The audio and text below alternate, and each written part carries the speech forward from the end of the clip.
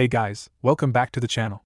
This is a story about what if Naruto has Sage of Six Paths, Highschool of the Dead. Before I start, please support for more amazing content, and do consider subscribing to my channel and share this video with your friends. This is written by Kyoto141092 and link in description and support writer. Let's start the video. Prologue. Introduction of the Dead. Kuda Hirano sat, uncomfortably as per the usual, in his science class. As a casual observer you might wonder why he was so uncomfortable. However, to anyone in the classroom there was little doubt what the problem was. 3 boys stood around his desk. A 4th sat on the top. The first of them was speaking, his tone friendly but his intentions far from benevolent. "Hey Kuda, how you doing? Seems to me like you did real well on the science exam, doesn't it, boys?" The others nodded, the boy on his desk shifting so he could pick up Kuda's science test. He examined it carefully as if memorizing a detailed list of answers. Others around the classroom observed the scene with mixed feelings. Some were indifferent, while most wore looks of disgust. Yet disgusted or not, no one so much as lifted a finger to help him. The head bully smiled at Kuda, his lips twisting into a knowing grin. "So Kuda? Do you mind if we borrow your notes for a while?" He grabbed the test from the boy on the desk who slipped off to high-five his friends. Students were shaking their heads. Even their teacher was disappointed. Kuda never stood up for himself. And it did no good to intervene. Professor Michael was an old science whiz from America. He was in his late 70s and in poor health. They often had substitutes. But even their normal substitute teacher Ms. Buma was unable to keep the bullies in check when they were on a roll. Kuda kept his head down as Professor Michael declared, "Excuse me. If you're done torturing the poor boy, we have a transfer student today that I'd like to introduce." The bullies turned around a moment.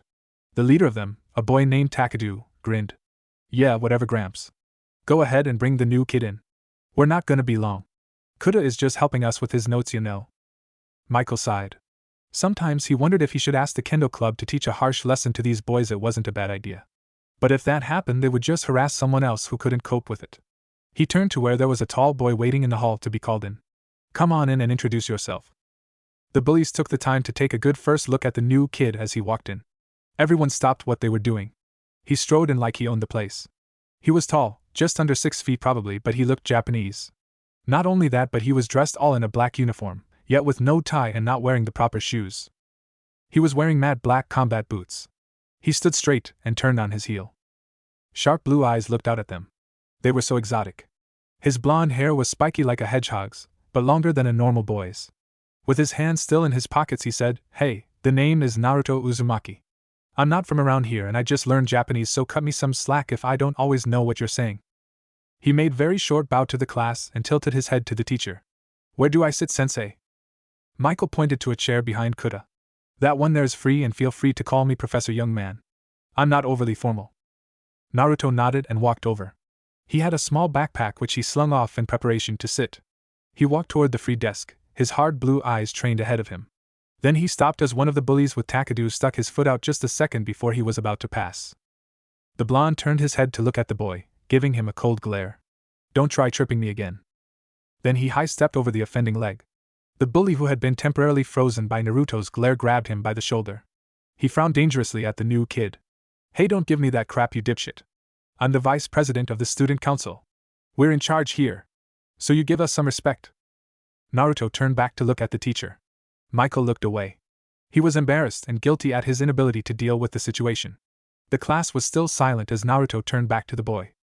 Kuda's jaw, along with several other students, dropped as he heard Naruto say, "Well, if that's how it is here." Naruto grabbed the hand on his shoulder and squeezed hard. Everyone in the classroom heard an audible pop. The vice president screamed in pain and cradled his hand. As he flexed it, there was another pop as his finger popped back into place. Naruto watched passively as the bully sank to his knees. Everyone watched as Naruto growled, "I forgot to include in my introduction, I hate bullies." Takadu took a step back as Naruto continued past him. 2 steps later Naruto stopped by Kuda. Naruto looked at him, and Kuda felt the glare lessen. Naruto wasn't smiling, and yet he seemed to be. It was just his eyes though. The look never reached his lips. If you break someone's nose, they'll generally try to avoid you from then on. It's worth the beating you might get. Then Naruto handed him his science test. No one in the class had noticed him snatch it in the first place. It seemed as though it had magically appeared in his hand. Kuda took it with a quiet thanks. Naruto nodded slightly and took a seat behind him. From that day on, everyone knew who Naruto Uzumaki was. It was a name to remember. 3 months later. Kuda made his way through the halls of the school to the lunchroom. The room he considered to be the most dangerous in the school, at least for someone like him. So many ways to be targeted. And him especially. It wasn't enough that people thought he was fat. It wasn't enough that everyone thought he was a total nerd. But in the lunchroom, everyone was free to express just how they felt about it. But there had been one positive development lately. A new student, a transfer from some other country. He was perhaps the most mysterious guy in school, and every day at lunch Kuda sat at the same table. The same empty table as him. Or well, maybe empty was the wrong word. Shun might have been a better description. Kuda walked into the cafeteria and his eyes immediately tracked to the left. That's where all the big tables were. The big tables were not popular. Even the goth students had their own smaller table to themselves. The main 3 tables were where you went to sit if you wanted, or needed space. Most of the losers and weirdos went to sit there. In perfect, almost perfect solitude. However, the problem a large part of the time was the isolation itself. If you were alone, you were an easy target. And that's why he and a few other isolationists, as they were sometimes called, sat with Naruto. The tall blonde boy didn't abide bullying. So those who wanted to ply their trade did it far out of his sight and hearing. Naruto had lots of nicknames. All of them well earned one way or the other. One such nickname was the Hound. He'd earned that one because he could sniff out trouble almost anywhere. It was like had a sixth sense or something that told him when someone was in trouble. To this effect, he was like a hero to all the outcasts. Those like Kuda looked up to them, not like leader, but more like a protector. If they sat at his table, they didn't get bullied, period. Kuda thanked his lucky stars that Naruto didn't mind the company, although he almost never talked. It was generally known among them that Naruto was a good guy. Rumors were always circulating about him helping other kids out, bullies or otherwise. Naruto had another nickname though. It was better earned than the first and equally feared by his fellow students. It had been a while since that incident. Kuda supposed that it branched from that first day at school, the day that Naruto had helped dispel the aura of bad luck around him, the day that he had almost broke the fingers of the student council's vice president. It had been a cold Tuesday and about the same time as it was now. Lunchtime. And it was about 2 weeks after Naruto's introduction to the school.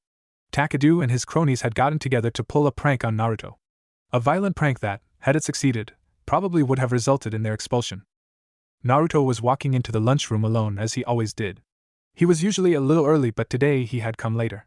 At that moment the sliding doors to the lunchroom had slammed together. Naruto somehow managed to get his plastic lunch container in between the 2 pieces of metal. His display of agility went further as he slipped out from them just as they crushed his lunch box. After that, Takadu and his goons came out from the shadows. Somehow they had gotten their hands on a shock baton. Somewhat like a taser, save for the fact that it was a melee weapon. They'd intended on trapping him between the 2 metal doors and then electrocuting him. Not lethally, of course, but it would have been very unpleasant. Takadu decided to go ahead and attack Naruto directly. Everyone in the lunchroom, including the 2 cooks, saw Naruto grab the baton with one bare hand. There was a loud buzzing sound followed by a hissing pop. Naruto had yanked it out of Takado's hand, snapped it in 2, then gave Takadu the 2 halves of the weapon. Takadu had glanced down at the 2 pieces, then looked back up just in time to get a face full of fist. Naruto's blow knocked him cold on the spot. Takadu was out like a light before he hit the ground, and Naruto hadn't even been phased. He'd returned to where his lunchbox was and picked up the 2 packages of ramen that fell out. Then he went to his usual place at the loser's lunch table. It was a good 20 minutes before Takadu woke up, his friends having abandoned him. Kuda smirked at the memory. It had been the best thing he'd ever seen. And that event, along with a few other examples, was why Naruto had earned the nickname Shinigami. Looking across the table to where Naruto ate his ramen, it occurred to Kuda that he wouldn't even look scary if he wasn't always glaring. In reality, Naruto had a very friendly face. And every once in a while, if you were lucky, you might catch a glimpse of his rare smirk. It seemed to happen at the oddest times.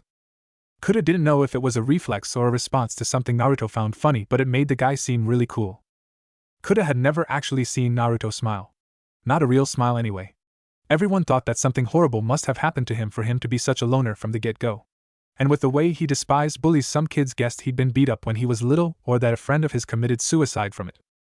They couldn't really see too many other good reasons why he would be so violently opposed to it. Kuda sighed and opened his lunch, but kept an eye on him. He liked to watch the blonde. For several reasons. Naruto was like one giant puzzle and he liked solving puzzles. Another reason was Naruto's muscles. It wasn't that he was gay or had any interest in art. But Naruto had like way too many muscles. If you were to look at any other boy in school, you would probably see a slim boy. If you looked at the boys who did sports every day, you might occasionally get a glimpse of a 4-pack, and that was the boys who did martial arts. But Naruto, he had a 6-pack, like a literal six-pack. Kuta had seen it in gym. It seemed Naruto had no body fat. Maybe 2%. When he flexed his arms, the muscles corded out. But at the same time, he didn't look like a bodybuilder. He looked like one of those Olympic athletes, that is, if it were possible to be one at 17. That was another mystery for Kuta. Naruto got straight A's in everything. And that was responsible for another of his nicknames. The girls liked to call him the Dark Genius. It came from the fact that he would come in on Monday and get all his homework, and then come in the next day with every paper finished. It shouldn't have been possible for him to so much work in such a short amount of time. But somehow he managed and managed well. The mystery in all of this was twofold. The first question was how on earth he could possibly do so much work so quickly. The second was why he started a grade behind and didn't bother to advance. But those were both questions that only Naruto could really answer, and he didn't have the guts to ask. A while later, lunch ended and Kuta left for his classes. Fortunately, the day passed quickly for him. He had something special waiting for him at home. It was his favorite day of the year. The day happened to be his father's birthday. His mom was the kind of person who would buy anything. And she almost always bought a new firearm for his dad. Many were technically illegal, but that didn't bother him. Lately his dad had been taking him to the firing range to try out the new guns if they were legal. Granted, not many guns were legal in Japan, but oh well, and he might not look like it, but he was a very good shot. Walking home around 3:30, he took the same route he always took. Straight to his left and down an alley at the end of the street. Some people might ask why he was so fat if he had to walk to school every day, especially since he didn't live very close to school. The answer was quite simple. His mom was an excellent cook and there were always seconds, or even thirds, at his house. Put this together with the fact that he never exercised, and you had the perfect situation for a fat nerd. Which, if he was honest with himself, was exactly what he was. Could have said under his breath, "Yeah, just me, a fat boy walking home after school." A jeering voice agreed from just to his left. "Wow, look who seems to understand his situation perfectly. Hey Jiro, look what we have here." Kuta looked up, fear crossing his face. Oh shit, not now, not today of all days. Please just let them rob me and let me go." There were 3 men there. 2 were Japanese. One was covered in tattoos from head to toe. He had a chain wrapped around his wrist, and Kuta saw a gun holster, a 9mm from the look of it, stuck in his belt. The second guy, the one who had been spoken to, had a colossal mohawk. It was at least a foot tall and colored purple and green. This man, whose name was apparently Jiro, chuckled. Okay, let's see what the little boy brought to his nice Uncle Jiro." His grin was feral as glanced to his right. The third member of the gang was a scrawny black kid, barely older than Kuta himself, but dressed to the part. A street thug to every inch. The only thing that made him seem less fearsome was his diminutive size. Well, that, and when he smirked, Kuta could see braces. Kuta tried to back away from them. "I don't want any trouble. Here's my wallet. Just let me go, okay?" Yeah, we'll see. Show us what you got, kid." He drew a long knife from his pocket and flicked it open with one grimy finger. The black kid snickered. "Fool coming down our alley. Shoulda damn well known better." He crossed his arms as Jiro motioned to the wallet that Kuta had already produced. Mr. Tattoo took the black wallet and opened it up. Kuta stood stock still as the man sorted through it. The tattooed man smiled widely and snapped the wallet shut. "Well, he wasn't loaded, but there's more than lunch money in this thing. Not from this neck of the woods, I'd say. You can go, kid, just you make fucking certain that you never saw us. If some asshole asks you where your wallet went, you just tell him you accidentally lost it, got it?" Kuta nodded quickly and ran out of the alley as fast as he could. He ran all the way back home, ignoring the killer cramp in his side. When he got home, he ran up the stairs without speaking to his mother. And then we was in the safety of his room, his secure place where no one encroached. Then he fell on his bed. His warm, soft bed. He thanked the gods that he hadn't been shot or stabbed. He also cursed that asshole Jiro. He had $50 in his wallet that day. Not to mention his student ID and other stuff. Kuta whispered to himself, "I should have kept an alternate wallet just like my dad said. That way I could have at least saved some face when I tell Dad I lost all my identification and cards. Shit, why does this stuff always have to happen to me?" It was well over 2 hours before her went down for dinner.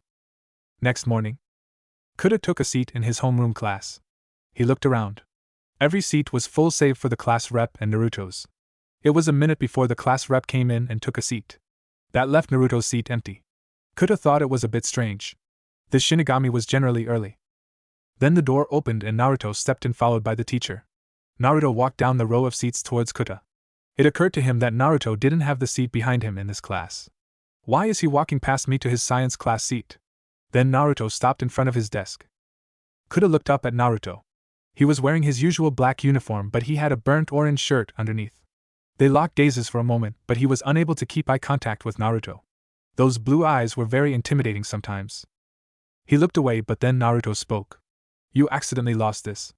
I found it yesterday evening on the way home." Naruto had reached into his shirt to withdraw a black wallet. Kuda's eyes went wide as Naruto set it on the desk and then turned to go to his own seat. Kuda looked around. It seemed that a few people had heard the exchange. Behind him and to the left he heard a contemptuous voice say, "Geez, can't even keep track of his wallet, what a klutz." He knew that voice as Saya, the resident rich girl and coincidentally the most stuck-up girl in the school. But he supposed that could be expected seeing who her parents were. He looked back to his wallet, which had been miraculously transferred to him through the mysterious hands of the Shinigami. Kuda looked across the room to where Naruto had just seated himself.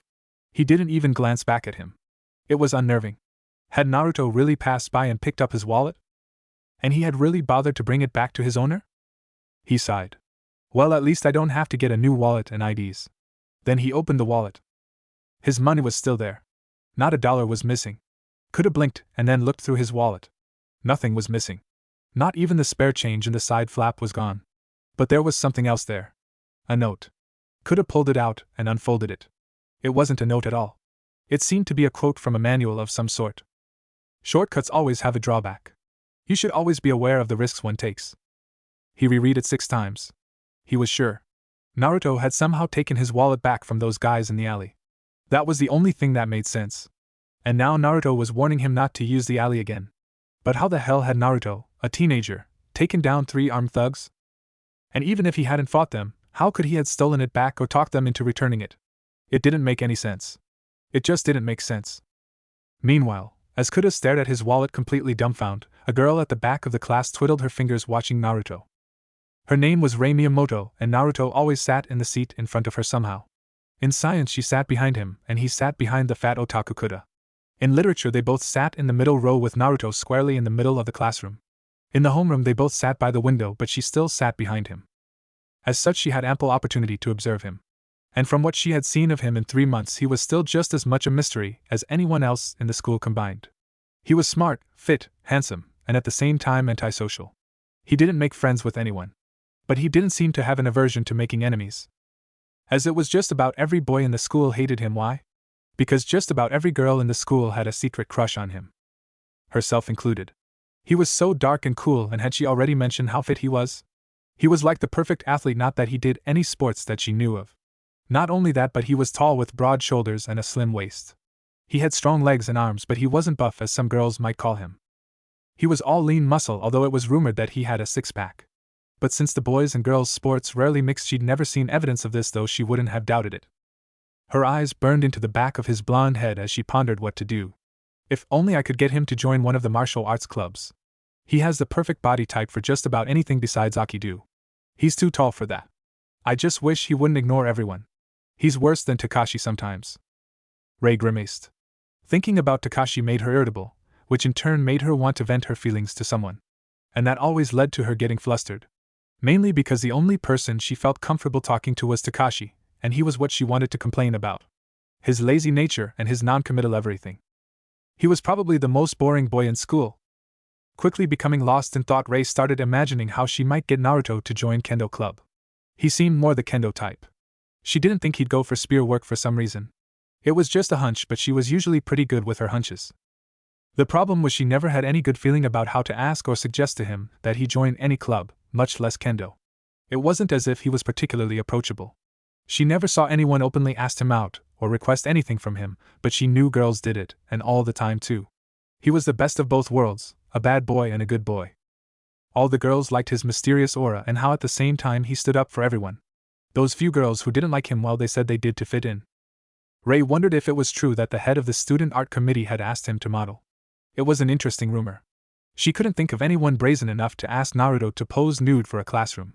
And a class made up entirely of girls on top of that. Behind her, her friend Mika asked, "Hey Rei, what are you thinking about?"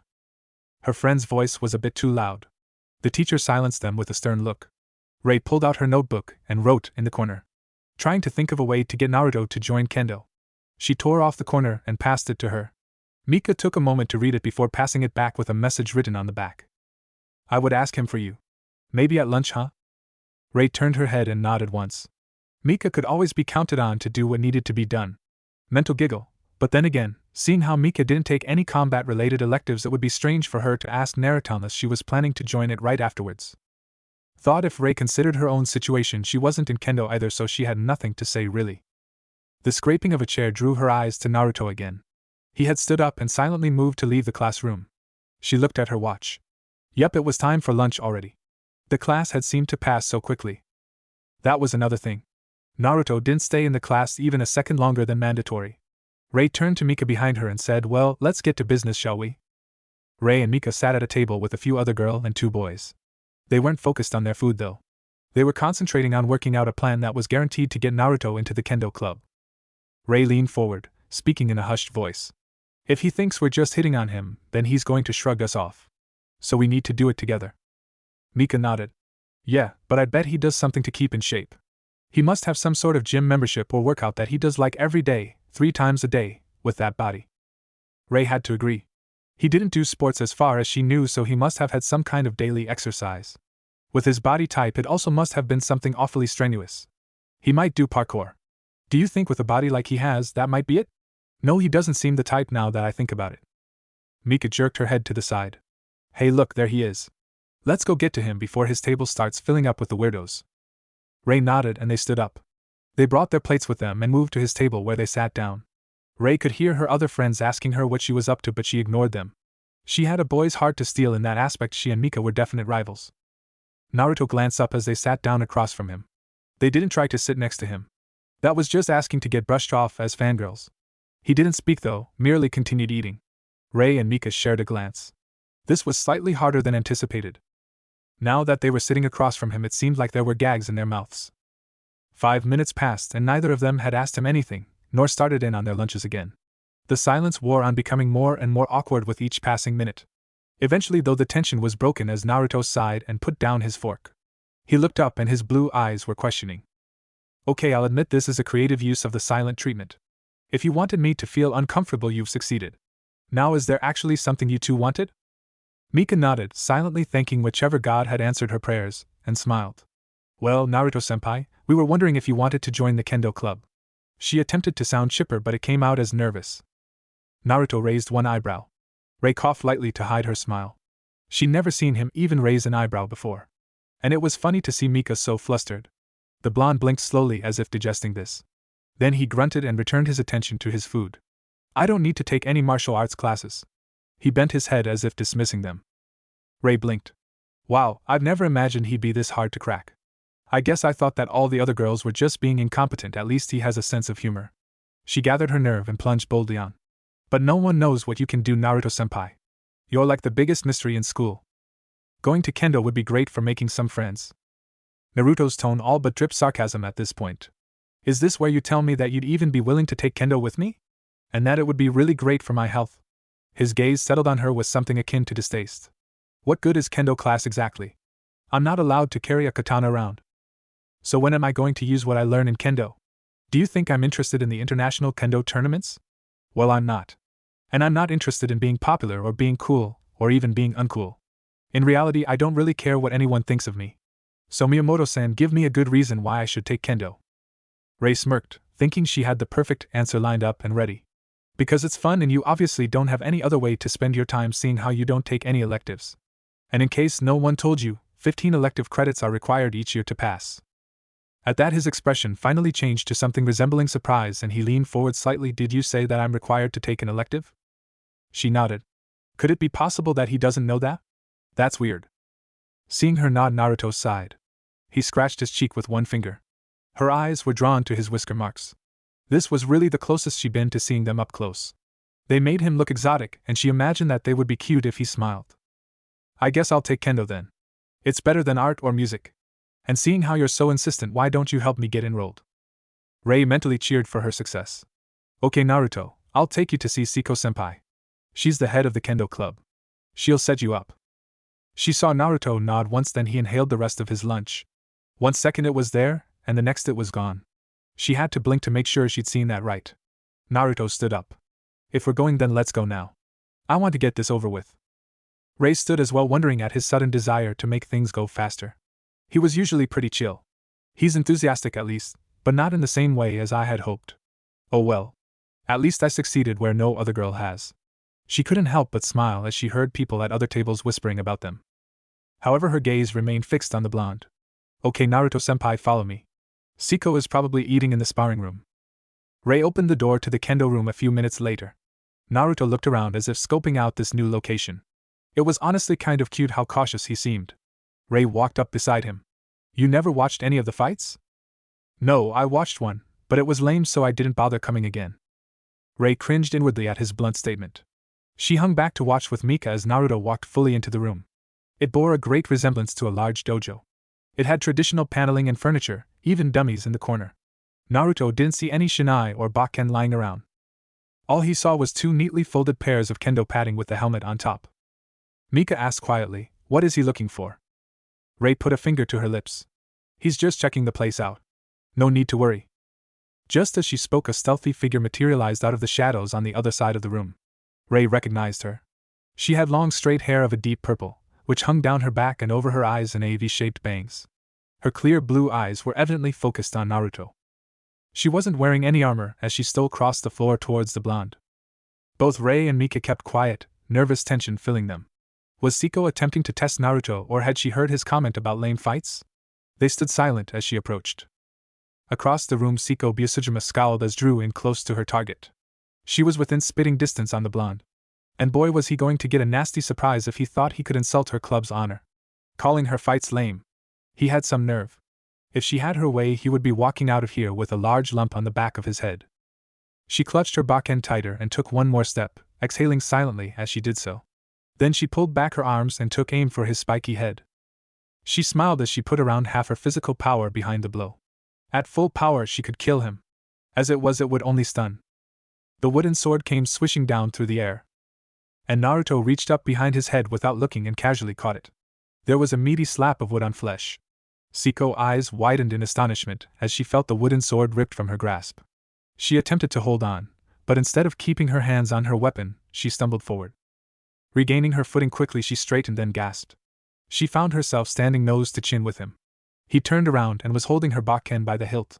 His gaze pierced her through, expression hard, but there is something in his expression. Something like amusement or intrigue, their matching blue eyes forming a solid line between them. Naruto moved the sword between them, offering it to her. She gripped it, and then glanced back up at him. He took a step back and inclined his head ever so slightly. Then inexplicably he smiled. Not a big smile, but it was very good. It changed his whole demeanor instantly. He went from brooding and hostile, to mischievous and friendly. The corners of his lips stretched out to curl the ends of his whisker marks, giving him a definite vulpine aspect. Siko took in his features. The spiky blonde hair, tan skin, deep blue eyes. His white teeth, unusually sharp canines, and 3 diagonal lines on either cheek. Then her gaze fell downward. He was very tall and he was well proportioned with an athletic build. Overall, he was a handsome young man. He looked her same age too. Siko started as he extended a hand. "I'm Naruto Uzumaki. I'm here to join the kendo class." Dropping her sword to her side, she shook his hand. She decided that school might actually be interesting this year. Chapter 1. Harbinger of the Dead. Arg. Rei growled loudly as she sat in her plush armchair in her house. It was just so aggravating. It had been 2 days since Naruto had joined kendo. Well, to be more accurate, it had been 2 days since she and Mika had joined kendo. Naruto hadn't really joined so much as welcomed in with open arms. Siko, after her interesting encounter with Naruto, had insisted on introducing him to all of the other members. In other words, he'd grabbed the spotlight without even trying again. But that wasn't the part that annoyed her. What made her want to stab him was something long and pointy, maybe a needle coated in sleeping poison. That way she could tie him up and have her way with him, was that he was still ignoring her. And almost in spite the fact that she had suggested it. The fact that she was a prominent member of the Sojutsu Club should have counted for something. But no. After all the work and thought she'd put into getting herself into a position where she could be close to him, he treated her the exact same way. It was like nothing had changed. He was still completely indifferent to her. And when they did interact, it wasn't friendly. It was just that. Interaction. Even when they had sparred with each other that morning, he'd been distant. Rei grimaced and massaged her rear. Distant or not, he'd still kicked her ass literally. She'd never gotten in a fight with someone who knew so many dirty moves. Even if he had been completely outclassed by her, she doubted she would stand a chance against him. Naruto didn't seem to have a style. He didn't understand the concept of a set routine.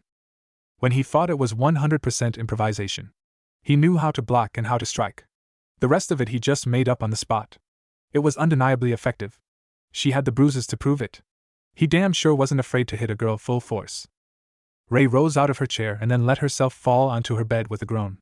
That wasn't the only part that really got to her. The other part that made her irate, not just mad, but furious, was how close Siko had gotten to him in just 2 days. It wasn't as if he and the kendo club captain were best friends or anything, but they talked.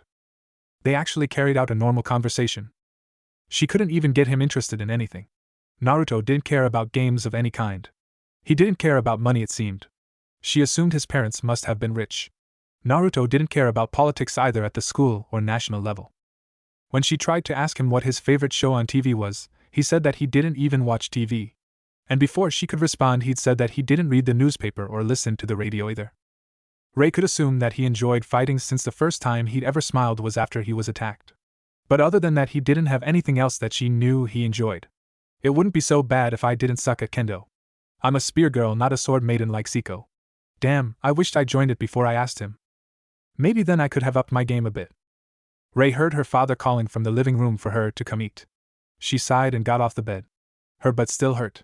She would have to smack Naruto upside the head for it sometime. At least kendo was good for that much. 1 week later. Takashi Komuro sat on a bench in the kendo room. It was a bit early for him to be there, but the kendo club members always came very early. A few enthusiastic members even cut class for it. And Ray for some reason had decided to join this class in addition to her sojutsu activities. He didn't know why she would take a second martial arts course at the same time. She already got hurt often enough. But to add bruises from wooden swords on top of bruises from wooden poles? He watched her talking with her friend Mika. It bewildered him. Why did she want him to come to watch her anyway? Wasn't she trying to get that blonde's number? Naruto Uzumaki, was it? Did she have some plan to make Naruto jealous, or did she honestly want to show off to him? He thought that she'd had enough of his lazy attitude towards everything. But maybe he was wrong? He supposed there was a chance that she was trying to catch his attention again. It would be nice. She gave him a lot of chances and he was thankful for it. If that's what this was, he might even get the courage to tell her how he really felt. Yet as he sat there, he saw Siko enter the room with the familiar blonde boy. In the past week they had become what might be called friends. Even though they were in different years, the two of them always seemed to be together. But they certainly weren't boyfriend and girlfriend. Naruto, regardless of spending time with her, rarely spoke. Takashi had heard a rumor that Naruto had beat Siko in a sword fight, but no one could confirm it. However, he thought it was true. Siko was very confident in her skills. Some might say a bit too confident. He'd seen her fight enough times, once even on TV, to know she was an expert. He knew her dad was supposed to be some big shot kendo master. It explained why she was so obsessed with it. And to an extent why she and Naruto got along. He was obviously a kendo nut as well. Seeing Naruto and Siko talking made him start. He realized that he'd never seen Naruto smile. Not even once. And here he was grinning. Siko was also smiling readily, and if his eyes weren't fooling him, her cheeks looked a bit pink. Takashi's focus was drawn back to Ray. She too had turned to watch Siko and Naruto, the two of which were quickly suiting up to spar. Takashi couldn't help but wonder at their enthusiasm. While they don't waste time, do they? Coming in and it's right down to fighting. He leaned forward to watch. Siko watched Naruto shrug on the tough leather chest piece and shoulder protection. They had already settled that they wouldn't wear helmets for the warm-up fight, not that their warm-up fights could really be called such. Naruto stretched luxuriously and raised his bakken. He was ready. She smiled and raised her own sword. It wasn't as though he wasn't always ready. She'd attempted to flirt with him, just once to see how he'd react. Unfortunately, she'd chosen the wrong way to do it. Evidently, when she'd snuck up behind him to give him a sensual kiss on the back of his neck as she wrapped his arms around him, he'd been wired. One moment she had been slipping her arms around him, and the next she was flat on her back in front of him. It had hurt like hell. She certainly hadn't attended practice that day. But despite the fact that she nearly got her shoulder dislocated, she didn't regret it. It had given her a chance to see two new and different sides to the school's most mysterious boy. At first he'd been angry. Not angry that she'd crept up on him, but pissed at himself for reacting like that. It gave Siko an idea. It was yet another thing that she didn't know about him. How could he pull off a move like that by reflex? It begged other questions as well. For instance, where had he lived before attending school there? Had it really been so stressful and or dangerous that he developed that kind of response to any surprise? After Naruto's initial anger faded, she'd seen another side to him. His apologetic sighed. It was cute, like really cute. He hadn't stopped until she told him about 10 times that she was alright and she wasn't hurt. Even though she was, and even then he'd insisted on carrying her to the nurse's office, something that she didn't mind him doing, though it stung her pride a bit. Siko had come to realize many things in the short time since that incident, the greatest of which she could not accurately judge. One thing that had caught her, though. Naruto was a very caring person, and it left her wondering, why did he hide his true nature?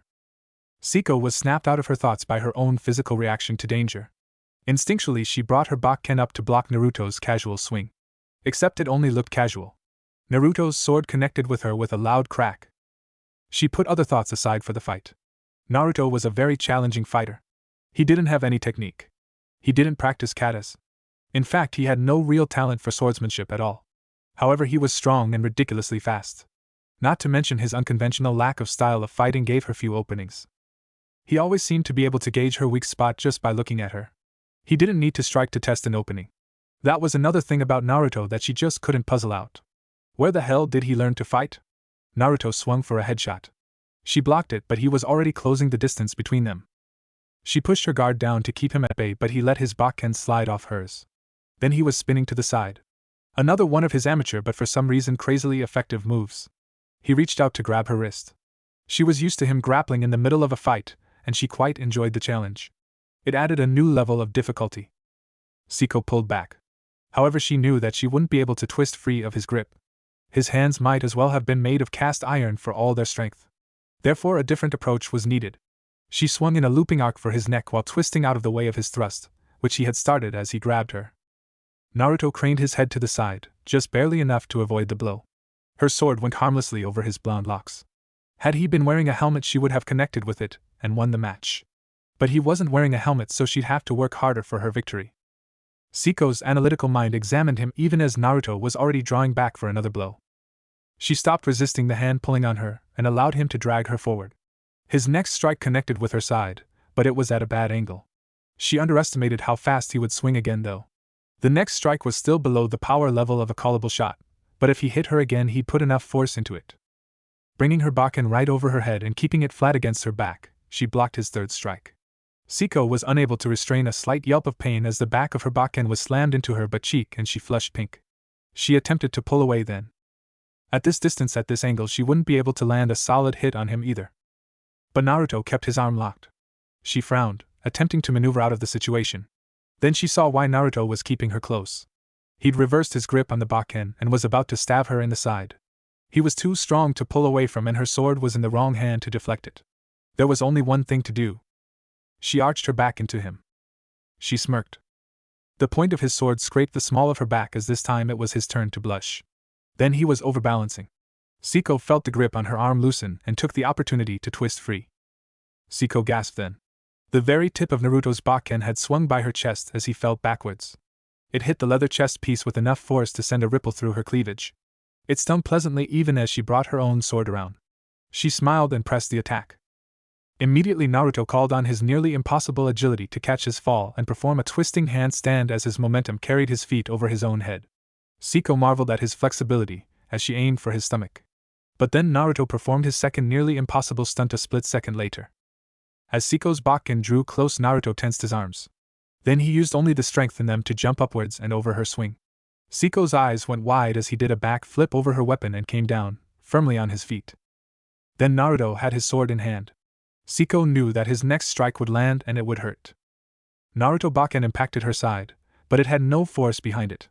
Siko looked into his face. He'd suddenly gone pale as though from fright or severed blood loss. Naruto's hand dropped the Bakken. Then without warning he fainted. Siko was frozen as she watched him drop unconscious to the floor. The clatter of her own sword matched Naruto's as she dropped it. Then she was kneeling over him checking his pulse. Shouts from several people heralded the approach of the rest of the club members. Ray arrived first. What happened? I don't know. He might have strained something with that last maneuver. Regardless, we need to get him to the nurse's office. Shizuka will know what's wrong with him. The other students nodded. Siko gestured to Ray. Ray, help me pick him up. Don't worry, he isn't that heavy. Ray nodded, but she blushed slightly as she levered Naruto up. It was several moments before her and the other girl coordinated enough to carry him easily. She was right. Naruto was surprisingly light. Rei wondered distractedly how Siko had known that about him and was secretly gratified to see that Siko was flushed a much deeper shade of pink than before. 2 hours later. Naruto woke feeling sore and utterly exhausted. He didn't bother opening his eyes. He knew what he would find. Not the outside world but the cage inside his mind where Kurama rested. He'd been tired for a long time. He hadn't had a decent night's sleep in months, and that didn't even include the nights when he couldn't sleep at all. Kurama's deep rumbling voice sounded strained as well. I can't keep going on like this, Naruto. I'm going to have to rest sooner or later. If I don't, then my chakra will run out, and we will both die slowly. You need to swallow your reluctance and go into sage mode regardless of how repulsive it feels here. He didn't bother speaking to the fox. He'd heard this all before. It was the same thing every night. Every time he used a jutsu, it was the same warning. But it wasn't as if he could do anything about it. He was trapped here.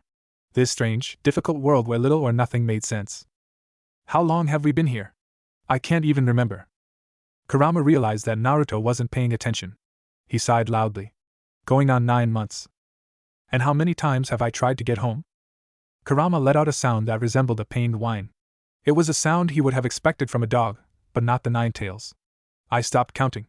Perhaps if you stopped experimenting with the reverse summoning jutsu. Naruto growled. No, I can't give up. The village needs me. They can't win without my help. Everyone is in danger while I'm stuck here. Don't play the fool, Naruto. You've been pretending to be like that stupid Uchiha for the last 6 months. You have managed to be careful for all this time. I can't call you stupid any longer, but you need to wake up. No matter how many times you use up 99.9% of your chakra on a reverse summoning jutsu, we can't leave that way. Even with our chakra combined, we failed. Give up and start reserving what chakra we can for everyday use. Naruto knew Kurama was right. They had tried every means at their disposal to get home, but every single attempt left him gasping on the floor of his apartment. During the day, he barely could keep his act together. He'd been resorting to shadow clones more often than he'd like. And even those were hard to do. For some reason, this world, dimension, or whatever the hell it was, it didn't have even a fraction of the chakra his did. He needed to stay still for nearly a half a fucking hour just to enter sage mode. Back home, it took him less than a minute. And other things were screwed up too. For instance, almost no one had chakra. So far, he met about two people in 9 months. And the 2 people who did have chakra were pathetic. He could have killed them in less time than it took to blink. Hell, a 10-year-old Hinata could wipe the floor with the entire school. It was just so aggravating. His chakra recovered at only an infinitesimal sliver of what it once did, thanks to the injuries he'd sustained before coming here. He had to concentrate for minutes to use summon more than 3 shadow clones. And Rasengan? Forget about it. Sage mode was required just to get it started. And then Kurama had to pitch in to finish it. So in effect, he was limited to standard chakra manipulation. He could readily say that he'd become a master at that since being stranded here. Sakura wouldn't be able to hold a candle to him if he ever got back home. Then again, with the amount of chakra he could summon on short notice, he could either give himself extreme speed and strength for a little while, or her could do what Sakura did and time each attack for massive damage. But there was one good thing about this world. He hadn't encountered anyone who would stand up against him in a real fight, not even one. If he wasn't using enhancement techniques and he was unarmed, all of Kendo Club might be able to take him down. But at it was he could beat them all bound and blindfolded. Naruto heard Kurama mutter quietly. Don't do anything foolish. I'm going to sleep, so you're on your own for a while. Naruto nodded and snapped himself out of his trance. Siko and Rei watched as Shizuka opened Naruto's uniform and then performed a minimal inspection. She put her head to his chest, then checked his pulse 2 or 3 other ways to be sure. Eventually she straightened and looked down at the young man with a perplexed expression. He doesn't seem to be unwell. His pulse is strong and normal. She looked up at the 2 girls. Are you sure nothing happened prior to his fainting? Siko shook her head and Rei shrugged. He pulled some amazing acrobatics just before, but other than that, no. The president of Kendo Club watched Shizuka. She was young for a teacher at this school. Only 27. Her long blonde hair matched her personality, which was ditzy. In fact, she was a classical definition of a ditzy blonde. Siko wondered if she fit the stereotype in other ways. It certainly looked like she traded brains for bra size. But then again, she was treating Naruto, so she wouldn't complain. She was caught off guard as Shizuka sighed in resignation. Okay, then there's nothing for it. Help me remove his shirt. If he strained or popped something, I need to check now. Rei and Siko exchanged looks. Siko had abruptly gone pink. Her eyes darted furtively to the blonde. Then they went over and helped take Naruto's shirt off. It would have been so much easier if he had worn a button-up. but instead he wore a burnt orange t-shirt under his uniform. Both took note of the customized red swirl on the front, though they didn't know what to make of the rough stitching around the edges. It required a little more effort than it might have to remove the shirt. It was tight on him, and they were attempting to touch him a little as possible. Or at least Ray was trying not to touch. Seiko seemed to be feeling his muscles appreciatively. Ray wondered what would happen if he woke up to find 3 girls undressing him. He'd probably just yawn and act bored. Shizuka gasped as they finally pulled the shirt off. Ray and Seiko stopped as well. Naruto's chest and shoulders were almost chiseled, like a stone carving from a Greek museum. His tan skin was even all the way from forearm to forearm, showing that he must work out without his shirt a lot. But that wasn't what caught their attention. What caught their eyes were the patchwork of scars, and in particular the massive one just over his heart. It was the size of a fist, and it was jagged. Ray put her hand to her mouth in shock. There was also a long swirling scar over his stomach. Its ridges of slightly paler skin rippled with his six-pack. Temporarily more interested in examining his many scars, they forgot all about their reason for being there. Ray traced a scar high up on Naruto's right arm. It ran completely around the bicep. Then there were the neat circles that ran down his chest. 6 on his chest in total. They looked like they had been made by bullets, but they were so evenly spaced. Seiko gasped as she turned his hands over. Look at his hands. I never got to look at them up close. I've never seen so many tiny scars. And she was right. Naruto's palms had dozens of scars on each one, and both hands had a round scar on the back and palms of his hands. Shizuka sounded horrified. I've never seen anyone stomach damage. Seiko muttered, it's strange. He doesn't have any scars on his face, I wonder why. She hovered over him and pulled back his hair, checking his forehead. There was a small scar. It was jagged, lying just under his hairline. There also seemed to be a divot in his skull. Seiko's blue eyes watched his own sleeping face. Then as she watched, his own eyes opened. They were different. The pupils were slitted like a cat's, and there seemed to be a red ring around the outside of his iris. Naruto blinked, and his eyes were back to normal. She drew back hurriedly as Naruto sat up and looked around.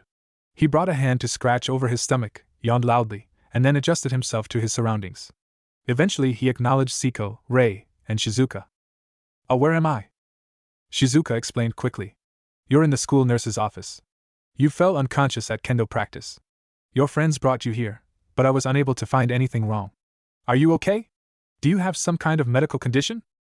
Naruto attempted to put his mask of coolness back on but was unable to do so. He was just too tired. He mumbled, yeah, you could say that, but there isn't anything you can do about it. I just needed some rest is all. Ray leaned in close. But why did you collapse? Naruto had to ask himself that question first. Then it occurred to him. Omi's shadow clone back at the apartment must have run out of juice. Then he transferred his exhaustion to me. Damn, I hate this world. He grinned. You was just tired. Ray asked rhetorically, so you were so tired that you decided to do a backflip straight out of a handstand? Naruto scratched the back of his head, embarrassed. He looked away from her. Yeah, I guess so, he trailed off. It was blatantly obvious that he was withholding information. That reminded him of why he had been acting like someone he wasn't. When he was impersonating someone, it was easy to lie. But right now his mind was blank. He took note of their disbelieving looks and quickly tried the first thing that came to mind. I'm fine, don't worry about me. I just need to rest a bit more and I'll be fine. Please don't call me out, please don't call me out. Ray nodded. We should take you home then. You need to rest. Where do you live? Shit. Naruto coughed once and tried his best not to sound too suspicious. Well, about that. I don't exactly live close by, so maybe I can just rest here and go home after school. Seiko and Ray were looking at him well suspiciously. Shizuka seemed puzzled too for some reason. But I see you walk to school every day. You always go past my friend Rika's place. It's not that far. Double shit. Ray smiled down at him. Don't worry, Naruto. We'll take you home. It's not as if we're doing anything later, right, Seiko? Seiko nodded distractedly, her eyes having fallen down to his chiseled chest again. If one were to look closely, they might have seen the drop of red just under her nose. Naruto, however, wasn't looking at her. Damn shit, fuck, can't let them in my apartment. They'd never leave. How much worse can this get? I just freaking jinxed myself. I know it. Ray smiled. Maybe we could even come over to help out. If your parents don't mind, that is.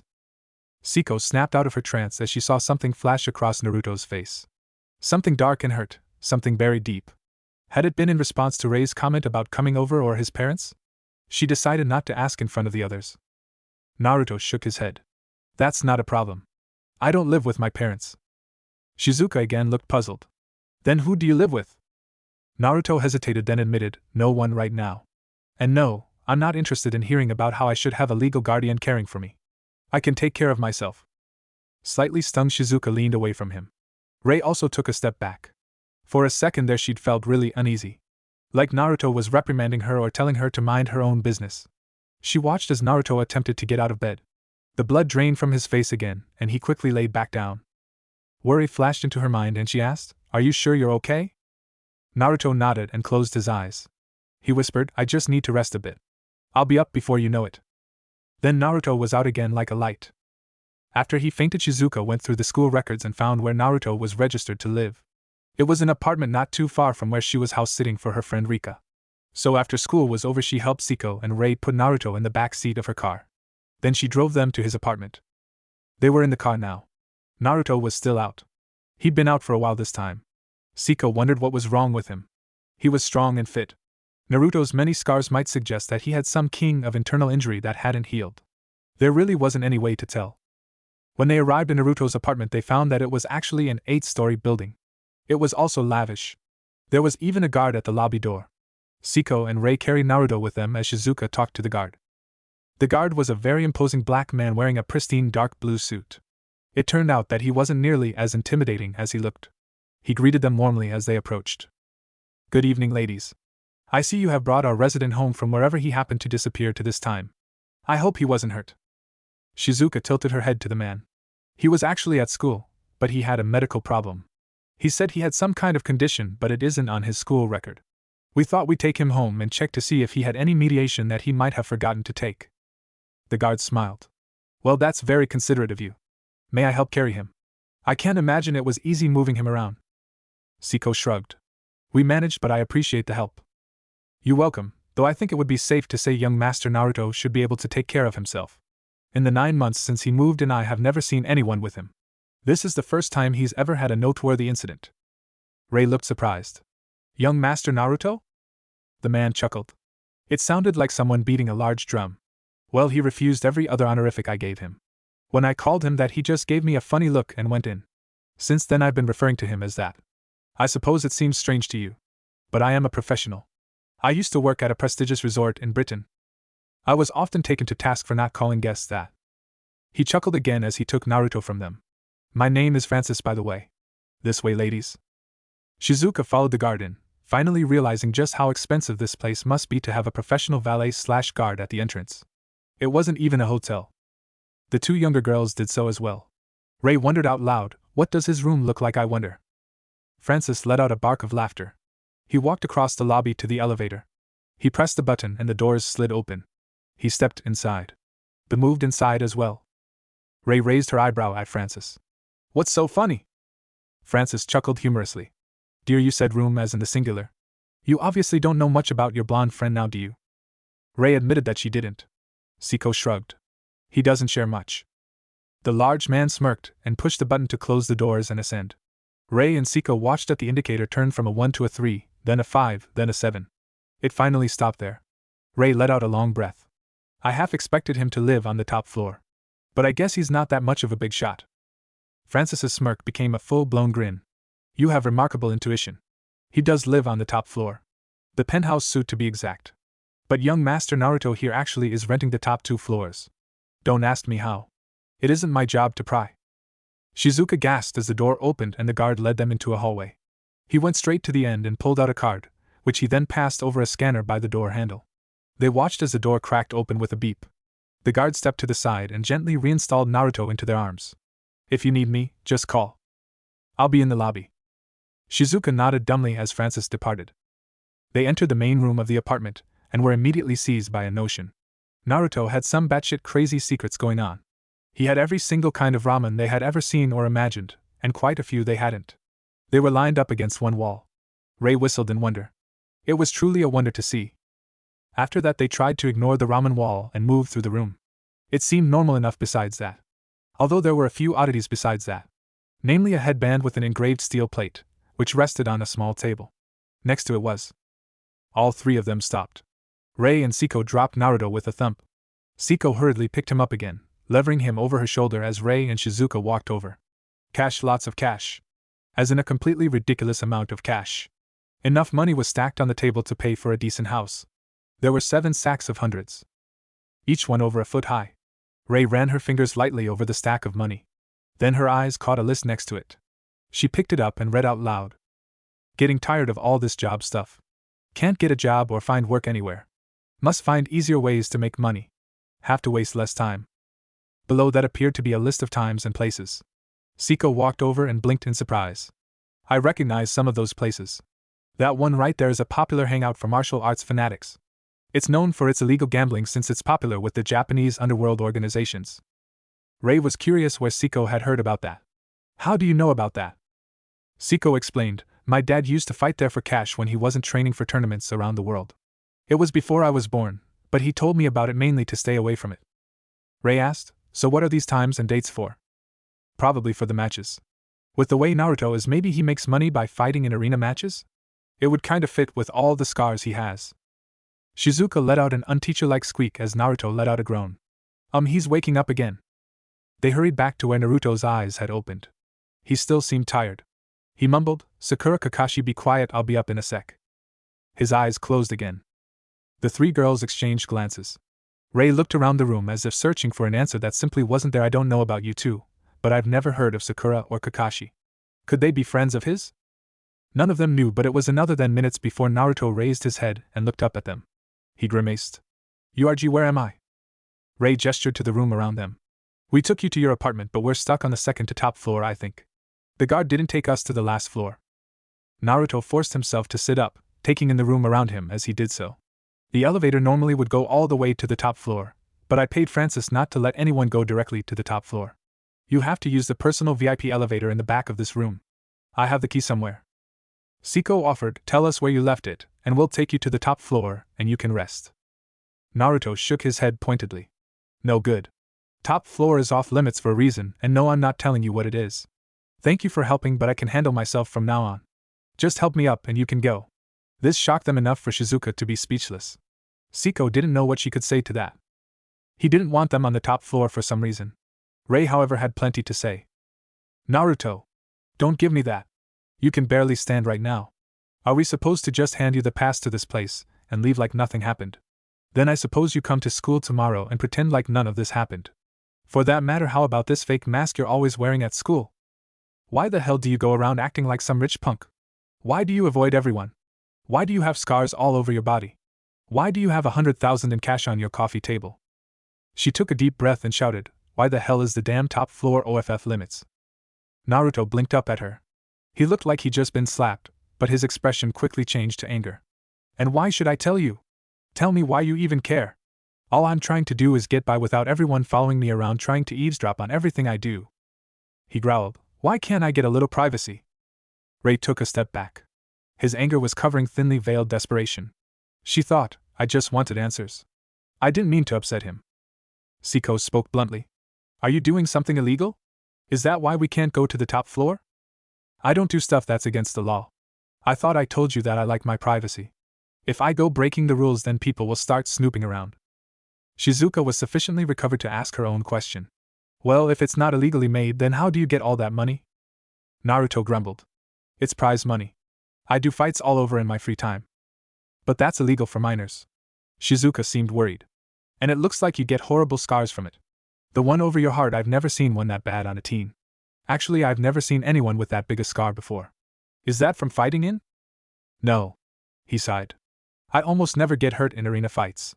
And yeah, I broke that rule, but I'm not good at normal jobs. Naruto didn't know if they would buy his story. The fact was he had a scam for making a ton of money fast. He would enter a competition while his appearance was altered. Then he'd have 1 or 2 clones in the audience making bets on him. Usually he took the form of a particularly scrawny man he'd seen in the Leaf Village. It worked wonders. And he always used a false name, so it was like he just disappeared each time. Siko and Ray shared a look. Shizuka said, I guess it's fine as long as you're not getting hurt. The other students would have noticed if you were injured. But it's strange. You have excellent grades. Why can't you get a job? That caused Naruto to pause. It's so complicated. Do you have to ask why? Ray looked away from his hangdog eyes.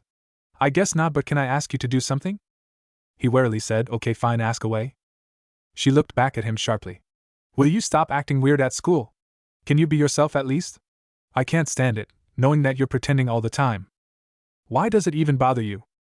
Ray's mouth snapped shut. She realized that he either was pretending that he didn't know she liked him, or he was clueless that she liked him. Either way, this wasn't the place to tell him she had a crush on him, especially with Siko and Shizuka there. Damn, I bet he is clueless. It would explain why he treated me the same even after I got him into kendo club. She decided to go for lightness. Well, you're my fellow student after all. I get worried, that's all. He blinked as if this had never occurred to him. Oh, I am sorry about that. I suppose I can start acting normal if it really bothers you. Ray smiled as if she had won something. And as far as she was concerned, she had won something. Naruto had agreed to act more normal. I'll have to see if he keeps his word tomorrow. Naruto glanced back at Shizuka. I'm okay now. You three can go now. Siko stooped by him and pulled a small pen from her pocket. She took his hand and wrote her number. If you need help or anything, call. That's my cell, but I don't keep it on at school. Thanks. Everything moved fast after that. Siko stood and spoke briefly with Ray and Shizuka. Then the three girls left. It was only a few moments after that, and he was sitting alone in his apartment. He felt tired still.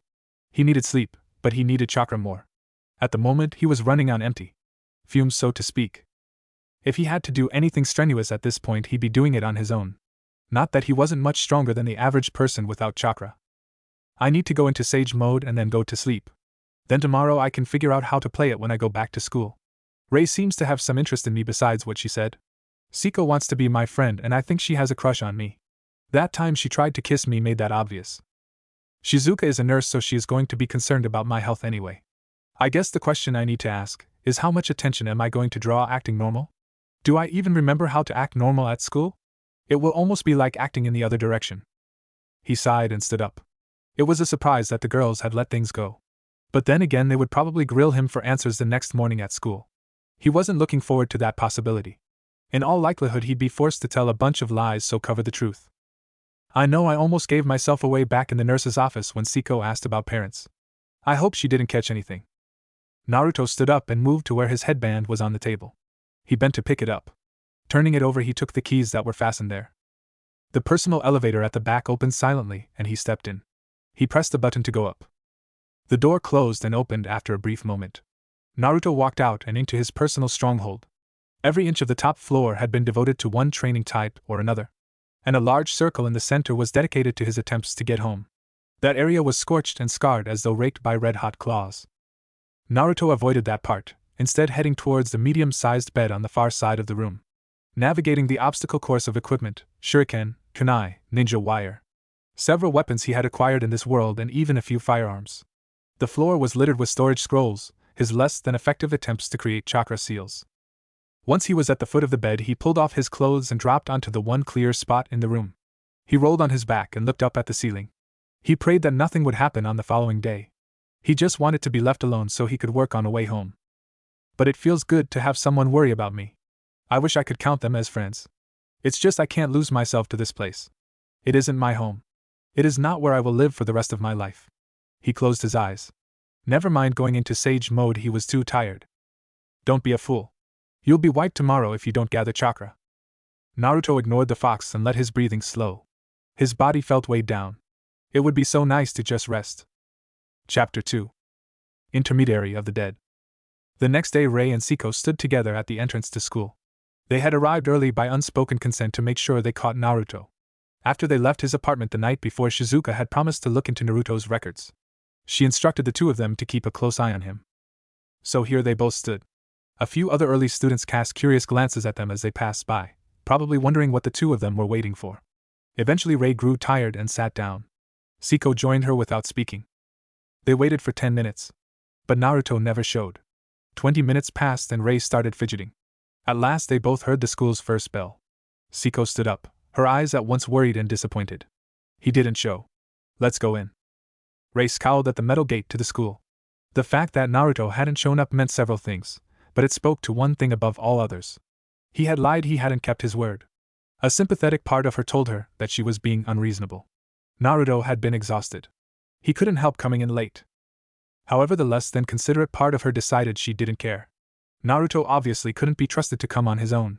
He needs more encouragement. Ray looked to Siko as they turned to enter the main building. We should stop by his apartment later to see what happened. Siko nodded quickly and her expression changed. Ray thought, she's putting on her mask too. Maybe I should ask her why Naruto is so secretive. She might understand why he pretends to be something he isn't.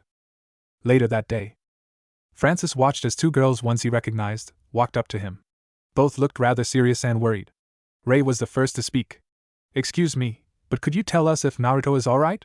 He didn't come to school today. Francis sighed. He didn't want to make the girls feel bad. He was tempted to tell them they could just go up, but Naruto had expressly told him not to give out any information on him unless it was demanded by local authorities. Then again, Naruto had also said he would be packed to leave by the end of the day and would be checking out. I don't suppose there is any harm in telling his friends that much. Young Master Naruto is packing to leave. He should be gone by the end of the day. Ray's eyes popped open wide and her jaw dropped. Siko blinked in shock. Ray took a step back. He wouldn't up and leave just because we came over yesterday, would he? Siko didn't comment. She just stepped past the guard and opened the door. Ray quickly followed her. Francis put his hand to his forehead. Naruto would probably give him an earful for the intrusion. He hoped that his young tenant wasn't too displeased. Naruto sighed as he at last sealed the remainder of his gear away. His entire body ached as he straightened. Not gathering chakra the night before had been a very bad idea. Kurama sounded irate as he went about the rest of his packing. You idiot! What part of your chakra network is fried do you not understand? Sorry, okay. You're not even the one who's feeling it the worst. I replenished my chakra all morning, so don't give me a hassle. Oh, and just because you didn't wake up in the afterlife today you think everything is peachy? I have explained this to you before, but you ignore it at the worst possible times. Whether you're tired or not, you can't afford not to go into sage most before bed. You could have easily died last night. Okay, I get it. Will you stop screaming in my ear? First of all, I'm in your head, and that's half the problem. If you die, I die. And second, no, I feel the need to explain your situation just once more to you. So sit back and relax, Kit, since I intend to make sure it sinks in this time. Fine, let's get it over with then. Naruto sat down hard and closed his eyes. Good, now make sure you're listening. Kurama growled and started. If you remember, the human body is born with a natural store of chakra. In accordance with your mental and physical energies, more chakra is produced and released. However, your chakra network is utterly destroyed. You can't conjure up more than a scrap of chakra on your own. And if we were back home, it wouldn't even be a problem. I have more than enough chakra for the both of us. The problem with this world is that for some reason you need a much greater amount of chakra to sustain yourself. Normally you need only a tiny fraction of power to keep your inner spark going, but here you need approximately a fourth of my chakra daily just to keep healthy. That is a huge strain on my reserves. Kurama sounded exasperated. And in addition to this, the natural energy of this world is rancid, like meat left out in the sun for days. It's tainted. Even the bloodiest battlefield back home is pure in comparison to this city. Unlike you, I depend on natural energy to recover, but I am constantly forced to burn it clean as it enters me. The result is simple. I can only replenish chakra so fast. And you have the exact same problem. Combine that with the fact that we need so much energy to survive. I couldn't wake you last night. I was barely able to keep the chakra circulating inside you. It scared the living crap out of me. Do you understand that? You don't have to remind me that I lost my ability to draw on chakra, you know. I remember that every time I tried to do anything at all. Naruto opened his eyes. It was possibly the worst thing to happen to him in recent memory. The day he was thrust into this world by that damned Akatsuki bastard with the mask. I'm glad I cut that bastard's eye out. Teach him to strand people like this. I wouldn't care so much about that, Naruto. It's that ass of an Uchiha that you should be cursing. He's the one who almost killed you and blasted your chakra network into nothing. I know, oh shit. What? Someone is here. Damn. Naruto cut his link with Kurama as a second knock sounded by the door. Ray knocked, then knocked harder. There was no answer for a minute. Then she kicked the door hard. Both girls heard a long string of cursing from inside. Siko grimaced. He doesn't sound happy. Does he know it's us? Ray shrugged as the torrent of foul language got closer. At last there were several grinding noises and a click. The door swung open just a crack. Naruto peeked out and saw them. Shit. Ray raised her eyebrow. Not happy to see us, huh? Naruto's eyes narrowed. I thought I told you too that I wanted privacy? I know privacy isn't a traditional Japanese word, but I'm sure you understood what I said. He moved to shut the door, saying, I'll see you two another time. Siko put her hand in the doorway and he halted to avoid crushing her fingers. Naruto, we want to come in. Would it be okay for us to come in? He stared at her, his expression telling Siko all she needed to know about Naruto's feelings on the matter. How about no? Is that simple enough? Siko shook her head and inserted herself more fully into the door jamb. Naruto growled in the back of his throat. It was an animal noise, one which bespoke irritation. Siko was unaffected by this and proceeded to force her way into the room. Naruto put a hand on her shoulder. His voice was even, but it was almost dripping impatience. What part of no don't you understand? I didn't want you in here last night, and I'm moving. Is that clear enough to you? Siko shook her head and squeezed further in. Naruto's eye twitched as she levered the door further open with her hip. A silent struggle ensued in which Siko pushed further and further in, and Naruto tried not to hurt her, while at the same time trying to keep her out. Eventually he realized that he would either have to hurt them or let them in. Knock them out and take them home. You have enough chakra now. They are just going to insert themselves more fully into your life if you don't stop this now. You know how humans here are. They care far too much about the private business of other people. Unfortunately, I can't do that.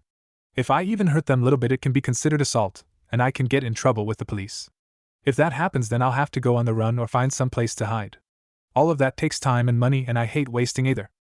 He tried one last time to shove Siko out, but just as he opened the door a crack further, Rei's weight hit it, and the door flew out of his grasp. Naruto realized what was going to happen a split second before it did, but he was in a bad position to stop it. All of Siko's weight fell on him as she lost her own grip on the door. Naruto's foot wasn't behind him, so he fell backwards. They both landed sprawling on the floor as the door banged open and Rei stumbled into the room. She found her balance and looked up then around the room, amazed by the change. The ramen was gone. The entire room was bare. Not a single thing remained that had been there the day before. She glanced to the far side of the room. The table was still there, but everything on it had vanished. Rei heard a groan off to the side and looked. Naruto had landed hard with Siko on top of him. The dark-haired girl was pulling back, apologizing. Sorry about that, Naruto. I didn't mean to knee you there. Naruto sat up as she withdrew. His face was a bit pale and he was holding his crotch protectively. Oh yeah, I'll have to remember that you don't mind fighting dirty either. She flushed pink with embarrassment. I really didn't mean to do that. It was an accident. He muttered under his breath, why do you smell like you enjoyed it then? Huh? What did you just say? Naruto's eyes widened as if he just realized what he'd said. And never mind. You two are in here now, what is it you want so badly? He glanced away from them. He knew why they were here. Both girls somehow felt that they had some responsibility for him, or felt some need to be close to him. And when he hadn't shown up at school, despite the fact he had said he would, they'd decided to check on him. He should have paid Francis to discourage people instead of just not disclosing info. He looked at Rei, who was still gazing around the room in surprise. Siko wasn't looking at the room. She was staring at him curiously. Naruto? What exactly did you mean by that? You couldn't possibly smell how I was feeling, that was a joke, right? Naruto almost cursed out loud. Shit, stupid nose getting me in trouble. I wish this world had dulled my senses sometimes. It's not your nose that gets you in trouble. It's that damned mouth of yours. Cover your ass before they really get curious. Taking Kurama's advice, he said, yeah, it was just a joke, haha. It sounded lame. Naruto regretted his lack of a talent for coming up with excuses or lying. Sometimes everything just flowed off his tongue like liquid mercury. And others he sounded lamer than a certain bushy-browed ninja. By the look on Siko's face, she wasn't buying it. It wouldn't be so bad if she didn't smell so nice. Don't get distracted. Plenty of girls are like that. Have you ever told me a girl smelled bad? No. Now pull it together. Siko's mind churned for answers. She was just so curious. She wanted to solve all these little mysteries. But first things first. She needed to find out why he was leaving and stop it. Taking advantage of the current situation, she leaned forward to interrogate him. Tell us why you are leaving. It can't just be because of us visiting, can it? Rei finished looking around and rejoined the conversation. Hey. That's right, we come over and the next day you try to disappear? What's up with that? She placed her hands on her hips and glared down at him. Naruto felt a strong urge to smack himself upside the head for his own stupidity. I would so take Sakura over this right now. At least I would know what she was thinking. He scratched the back of his head, wondering if there was anything he could say to get them off his back. Well, it's just that I couldn't have you two around is all. Rei laughed, but it wasn't a good laugh in his opinion. Okay, I call bullshit right now. You don't just move because a couple girls from your school come over. I don't care how much you care about your goddamn privacy. That has nothing to do with it. Now spit it out. What are you up to? I hate my life right now. Stop complaining and give control over to me. Hell no. If I do that, my voice is going to sound like I'm imitating some horror movie villain. You can't pass off as me whenever you feel like it. Kurama was about to give him a mental smack when Naruto heard a crash from upstairs. He inwardly groaned. I knew I didn't put enough chakra into that seal. Now I'm screwed. Siko's head snapped to the elevator at the back of the room. What was that? Naruto sighed and forced himself to his feet. A ton of stuff that I was packing just fell over, I bet. Ray jumped in. We could help you unpack. Siko stood, still looking at him puzzled. Naruto threw his hands into the air. Okay. You got me. I've got 3,000 pounds of crack upstairs that I don't want you to see. Satisfied? Good, now leave already. I'm evil and an ass. You probably don't want to get involved with me, so you should just go. Both girls were giving him a blatantly angry look now. Ray pointed at him accusingly. Don't just try to get rid of us, Naruto. We're staying until you tell us what is going on. Right, Siko? Siko nodded once. Naruto raised his eyes to the ceiling. Even Lord Third couldn't have had the patience deal with this. Kurama's reply was rather sarcastic. He would never let himself get put in this situation. Now listen. We need a solid story that doesn't require justification, or them to go upstairs and verify. Just give me a moment to think. I'll figure out something. Naruto stalled for time.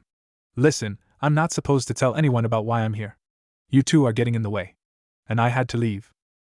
Good, keep it coming. Now, I will finish packing and then I'll be gone. There isn't anything I can do about it. And there certainly isn't anything you can do. It's not my choice. Really, I'd stay if I could. Nice one, real gentlemanly. You sound just like a player now. Shut up, Fox. Naruto smiled regretfully. I'm sorry, but you can't stay here. Maybe I won't have to come up with a story. You're on a roll. Siko frowned, her dark eyebrows coming together in a sharp V. Then why don't you have someone else here with you? If this is so important for whatever reason, there should be guards. The other girl nodded. Yeah, and since you get all A's at school, you must study a lot, so you wouldn't have time to do much else. And why this place, huh? If this weird business you were doing was so secret, why choose the fancy apartment? It seems to me like this is made up. Shit! Shit! Naruto attempted several times to get them out the door. He tried threats, bribes, and just about everything he or the fox could think up. Nothing worked.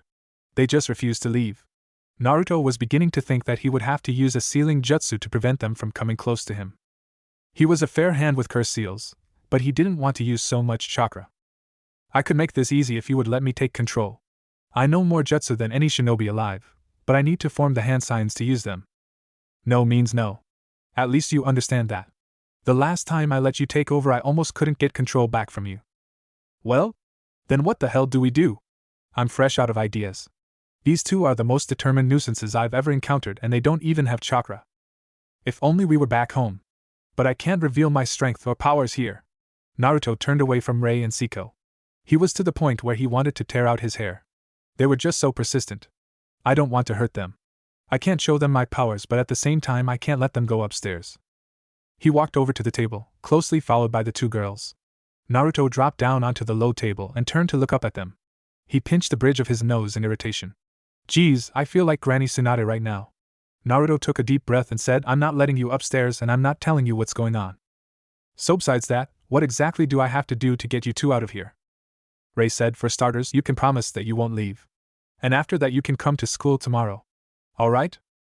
Anything else? Siko nodded. You don't have to change the way you're acting, but you can at least sit with everyone else from Kendo Club. Naruto thought, these two are going to be the death of me. Fine, but you just want me to sit next to you. Isn't that pretty much it? She blinked, and her cheeks darkened almost imperceptibly. Naruto knew he'd hit that nail on the head. He turned to Ray. And you just want me to stay at school so you can be around me all the time. And that's probably why So asked me to join Kendo Club. You were hoping that I'd open up to you after a while. Ray looked away hurriedly. No, I just thought you'd do good there. And I was right. It doesn't have anything to do with how I feel. Well, we both know that was a lie. Kurama sounded amused. If we were back at the village, this would be unprecedented. The only girl who crushes on you there is the Hyuga. Huh? Why would you bring that up now? Oops. Pardon me, were you unaware of that? Fuck. She told me how she felt, but it doesn't exactly help me right now to overgrown orange dirt clod. Kurama chuckled darkly. The worst part is she's probably crying her eyes out over you right about now.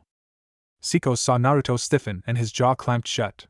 He closed his eyes and she could almost see the veins bulging in his forehead. You're digging your grave, fox. Just keep talking. I'm not sure what would happen if I stole your chakra here, but if you keep pissing me off, we're going to find out. Fine. I'll be quiet. I leave this problem to your questionable powers of persuasion. I bid you good day. With that, Kurama severed the connection between them. Naruto felt him withdrawing deep into his mind. He also became aware that Rei was talking again. It was so similar to listening to Sakura, he automatically tunes most of what she said. Taking a page out of Kakashi's book, he smiled at Rei. Don't worry, okay? I'll come to school. I'll even sit with you, but you two have to stop peeking into my personal business. Now I feel like Sai Great. Rei halted mid-flow. She crossed her arms. One more thing. I want you to take art class. What? I'm a horrible artist. Naruto experienced a minor heart attack. He could cope with everything else as long as he didn't have to worry about Rei and Siko snooping, but art class. He couldn't draw to save his life or anyone else's for that matter. Rei smiled. That's alright, I'll help you. Naruto groaned. Oh, hot trick, I see. You thought I might be bad at art, didn't you? I figured that you weren't an art type. Yeah, but even if you were, I would just have said that it wouldn't be an imposition. Either way, you have to come to art class if you want me to give up on knowing what's upstairs. And it would be really nice if you sat next to me too at lunch. This is extortion. Rei raised her eyebrow. I don't see why you're complaining. Naruto groaned. Okay, let me put it this way. Everyone seems to want to know all about me.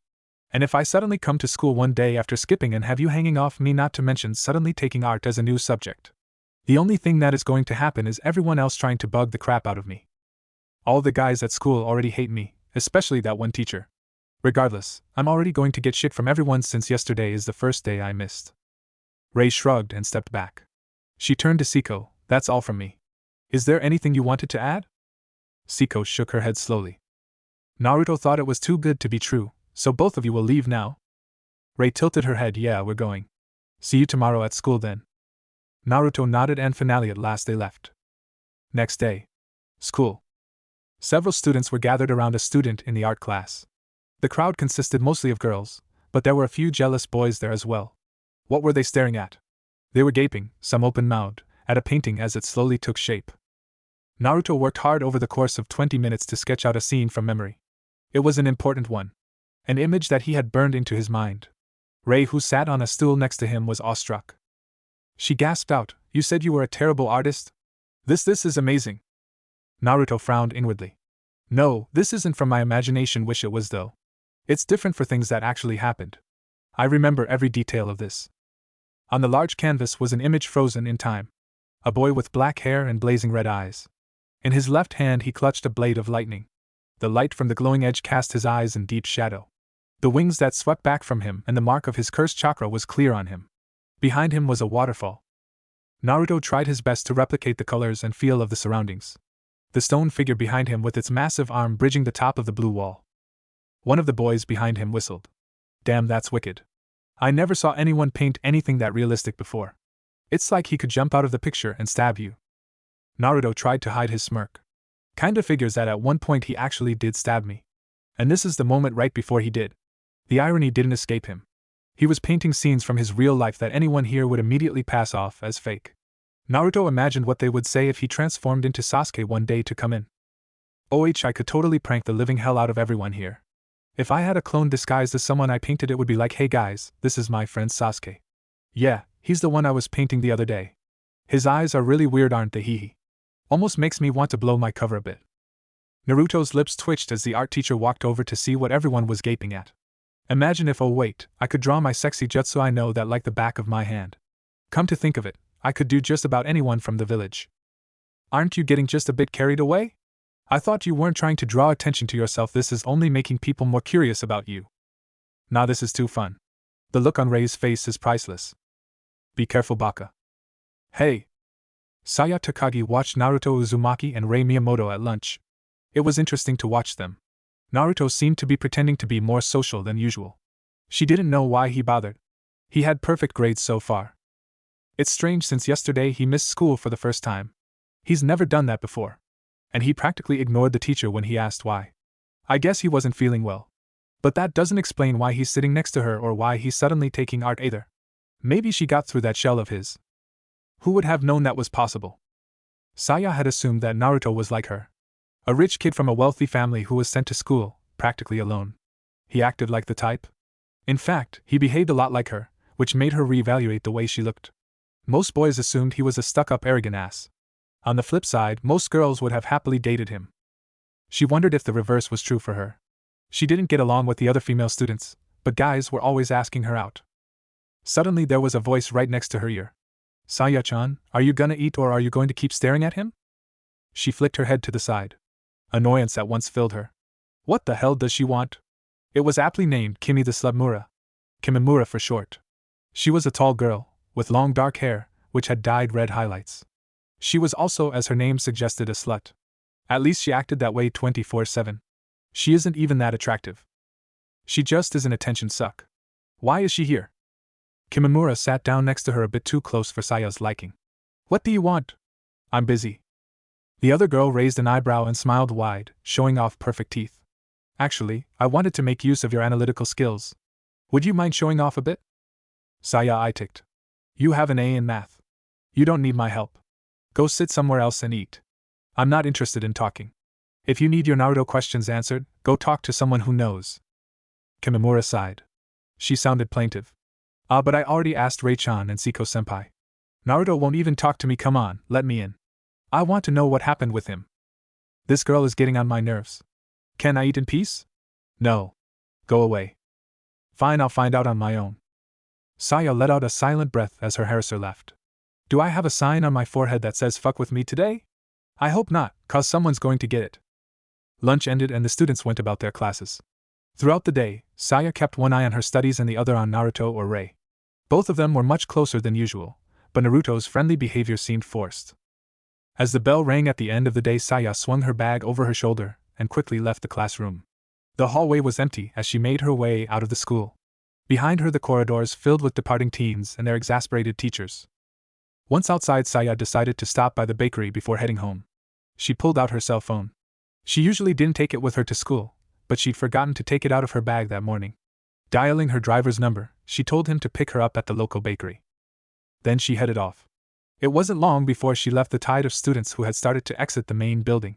Then she was on her own, heading towards the downtown bakery.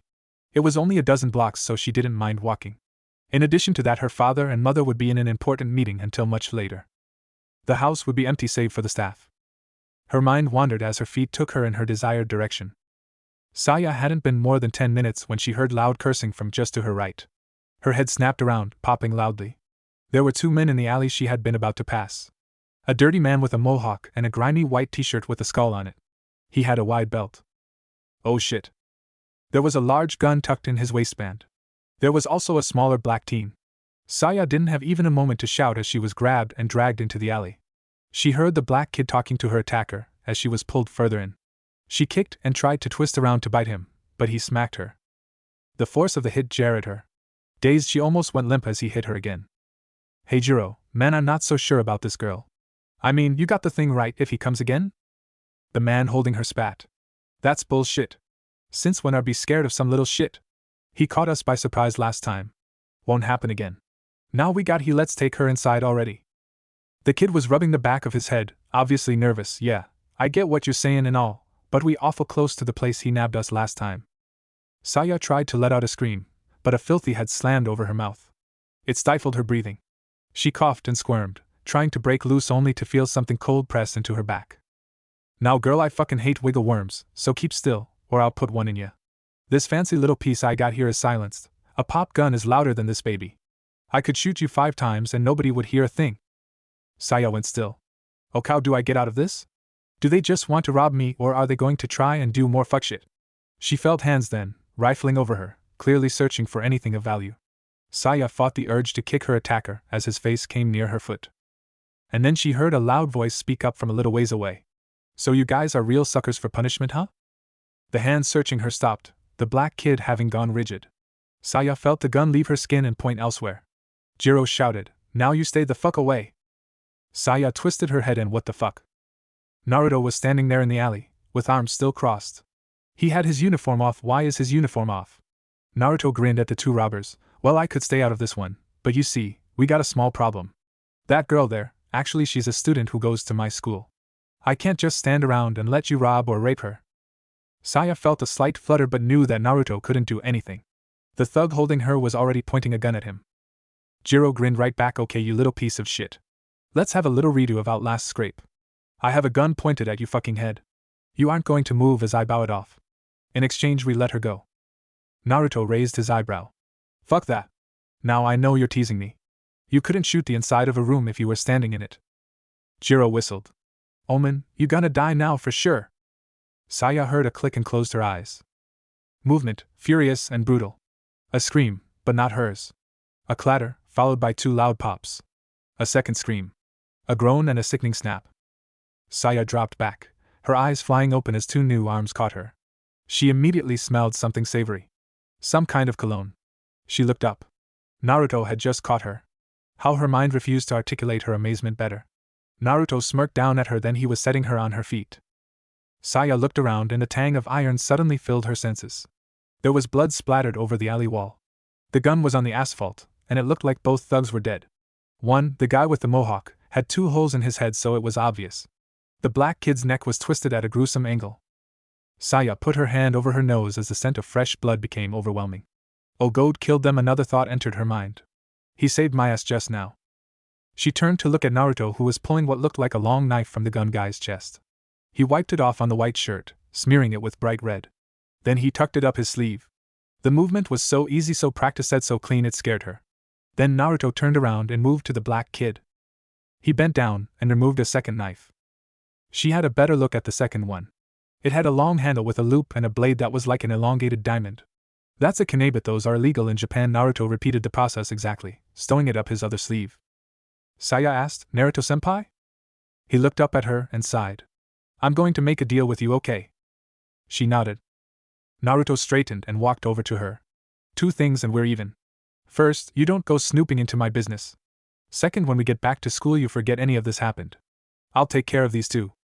Saya could hear herself agreeing even as she thought, who are you, why are you here? And why did you just kill them? But she didn't ask that. Instead she smiled weakly and turned. She walked right out of the alley as if it never even happened. Down the street at the bakery, Saya waited as her driver opened the door for her to get in. Her mind was running on a different track though. All she could think about was what had happened. It refused to leave her thoughts. The look of distaste on Naruto's face as he pulled the blade of his kunai from the corpses of those 2 men. The practiced ease of his movements. And now that she remembered it. It had taken less than 3 seconds for him to kill both of them, and he did it without making so much as a sound or taking any damage. And how casual he was when he told her to forget about it. Like I could ever forget about that. I'll remember that to the day I die. Oh, how am I supposed to act normal at school with him? Her driver coughed quietly. Is everything alright, Takagi-sama? She glanced up and nodded. Yes, of course. She stepped into the car and the door shut. I never thanked him. Was that a mistake? Naruto dropped onto the bed in his room on the top floor. His mind was still running over the encounter with the 2 gang members. I haven't killed anyone in a while. It felt weird. Inside his mind, Kurama cracked an eye. How did it feel? I don't know. It's not something I enjoy, but it felt satisfying, I guess. Why do you think people murder? Your perspective greatly affects how you live. Killing is no different. You grew up in a place where killing is a very profitable profession. Not to mention common. Of course it will be different for you than someone else. I still don't like it. I shouldn't enjoy it even a little. Even if they were bad people. A shinobi shouldn't doubt himself. That is not your way, or the way of the ninja. It was necessary. That was the 3rd time you intervened and helped a fellow student since you started attending school there. Don't overthink it. Naruto tried to explain how he felt better. Then why do I feel so uneasy? Like something terrible just happened? It's disconcerting, like someone died and you know it, but you couldn't possibly have been able to tell. I don't know what to tell you, Naruto. Naruto nodded and closed his eyes. I'm going to sleep early tonight. Wake me up later and I'll go into sage mode. Very well. Kurama waited as Naruto fell into a light sleep. He shifted in his cage. Dark was all he could see and the dripping of water was all he could hear. Fear, that was what Naruto felt. And deep inside Kurama could feel it too. His own thoughts echoed through the cage, causing ripples to spread to the corners of the vast room. This world is dying. I can feel the rot at its core. Like there is a festering wound that eats at the fabric of reality. Fear, hate, greed. 1,000 negative emotions swirl here like a whirlpool of thick red blood. The shinobi of my world live in a state of constant war, and yet this place, this supposedly peaceful world, is far darker than mine. Kurama closed his eyes and pulled his awareness inward. How I long for my home. Chapter 3. Vision of the Dead. Siko woke with a start. Every part of her going rigid, as she almost leapt out of her bed. Sweat covered her, soaking her white shift. What was that dream? She swung her feet over the side of her bed and caught her breath. That dream was eerie and haunting. Yesterday she'd followed Naruto out of school. She lived near him, so it wasn't a large change in direction. So she had been a block or so behind him when she saw him dash to his right and into an alley. She ran over to see what was going on. When she caught up and peeked into the alley, she saw the bodies. Naruto was half in and half out of the shadows, pulling a bloody knife from a body on the ground. With a smooth movement he wiped it off and tucked it away. Then he stood up and turned away from her. Ducking away, she'd run back to the end of the block. There she had waited for a minute. When she looked back in the alley, the bodies were still there, but Naruto was gone. Again, the image of Naruto pulling the blade from the body, her imagination added a slick squelching sound. And the groan of someone who wasn't quite dead. Then Naruto plunging it back in at the throat. Blood spurting around the knife and over his hand. Siko's hand flew to her mouth. Her eyes were open wide as her mind assaulted her with a flood of images. A vision of Naruto, a murderer, an assassin. The thought brought a haze of redness to her cheeks. She felt it as heat. First her throat, then her face. She let out a long, shuddering breath. Naruto killed someone. He killed that person in the alley. Siko dropped back onto the bed, biting her lip. This had been a part of her for a long time. The desire to feel others' pain through the hilt of a sword. The jarring of bones through the grip. Even the slick sound of steel pulled through flesh. But these things she wanted. They only manifested in her thoughts and her dreams. Until yesterday she'd never seen someone die. It was exhilarating. It made her heart beat faster. The feeling of being alive, of making oneself real though the erasure of others. Taking her time to cool down wasn't an option, though it was time for school. She'd already slept late. Naruto. She raised herself to get ready. Changing clothes quickly, she then headed into the bathroom. Even in the dim light from the window her face was flushed. I need to calm my nerves, but I'll be late if I don't leave now, damn. Naruto met Rei and Siko as they walked down the sidewalk. Apparently they were waiting for him again. Naruto's cheeks flushed pink. Someone is happy to see you. Zip it, Kurama. Siko smelled enticing. Her red cheeks weren't covered by makeup. Mainly because she didn't wear any. And combined with the strong scent of arousal that tainted the air around her, it wasn't hard to tell what she was feeling. It was rather unsettling. If he'd been back home, he would have asked what was making her flushed, but he didn't dare hear. But all the same, he was unable to keep himself from stepping closer to her. His mouth opened to catch a bit more of that taint. Siko's blue eyes couldn't match his when he looked right at her, but as soon as he looked away. They headed inside the school, Siko walking a bit closer than was necessary. Naruto thought he heard Kurama chuckling in the back of his mind. Why she must know about yesterday. She smells ever so faintly of blood. Naruto's senses aren't enough to pick up on it. She was following us after all. And for some reason this girl isn't frightened of him despite seeing him kill. Interesting. Rei watched silently as they parted company with Siko. Rei couldn't be sure, but Siko had looked flustered the whole time. And Naruto kept I'm sure he was sniffing her, but she wasn't wearing any perfume. I'm sure of that. Did they? Yes, they did walk home in the same direction yesterday. No, they didn't. Naruto turned and walked through the door into their classroom. Rei followed him in, fuming. Saya watched as Naruto took his seat. Her heart was jackhammering away in her chest. Fear, like a newly fledged bird beating at a cage, was blooming in her chest. There was something about Naruto now. As though she is suddenly able to see through his mask. His personality that he projected. It was a mask, quite similar to hers, but his normal attitude was almost as scary. The veil, as they say, had been lifted. Naruto was a killer. From the easy, no not easy, the effortless way he moved, to the efficient manner in which he interacted with people. He might not have revealed exactly who he was, but to a certain extent she knew him. I wonder, does he trust me to keep it a secret that he killed those guys? Or is he keeping an eye on me at all times, waiting for me to crack? Saya saw Naruto turn and glance at her. He was smirking. Saya realized that he wasn't smirking at her. He was looking behind him to where Rei was sitting. She didn't hear what he said, but an overwhelming feeling of relief hit her and she relaxed back into her seat. Thank God that look wasn't for me. I was about to die. Then Naruto's eyes flicked to her and he winked. Shizuka stood and moved to her own desk in the nurse's office. There were still reports to sort through. A few injury reports from the kendo and boxing clubs needed to be processed. But other than that, she was free today. So unless someone was injured, she would be able to use the rest of her time for her own purposes. She intended on looking into Naruto's family situation. It worried her that he was a loner. And with him entering martial arts matches as a minor, it would be negligent of her not to find out as much as she could about his situation. He was quite capable. She knew that he was ranked number 2 in kendo club. She had been told by Siko herself that he was more skilled than her and merely lacked experience. Shizuka thought about it as she finished up on her reports. Naruto lives alone and acts as a loner at school. He has no friends and gets perfect grades. At the same time, he says that he's not good at getting a job and so he enters arena fights. How he makes so much money is beyond me. If he entered enough fights to make so much money, he wouldn't have any time to study. So with that in mind, his parents must be wealthy. Otherwise, he wouldn't be able to rent the top 2 floors of an apartment building. Taking the time to properly think about it, she thought that something else had been skipped over. Yes. His scars. He said that he didn't get them fighting. But they were so brutal, he must have had some kind of terrible accident to get even one of them. If he didn't get them from fighting, then where was he injured like that? He's so much of a mystery. If only he wasn't so secretive. She completed filing her reports and switched on her laptop. It was time to do some digging. She didn't know what she could dig up with her minor admin code, but there was always a chance she could find something important. The lunch bell rang and classes emptied. Naruto found himself sitting at a table with the rest of Kendo Club. Siko sat to his left. Rei sat to his right. Naruto figured that this would probably end up being a regular thing. He sighed. It's not like I really have the right to complain.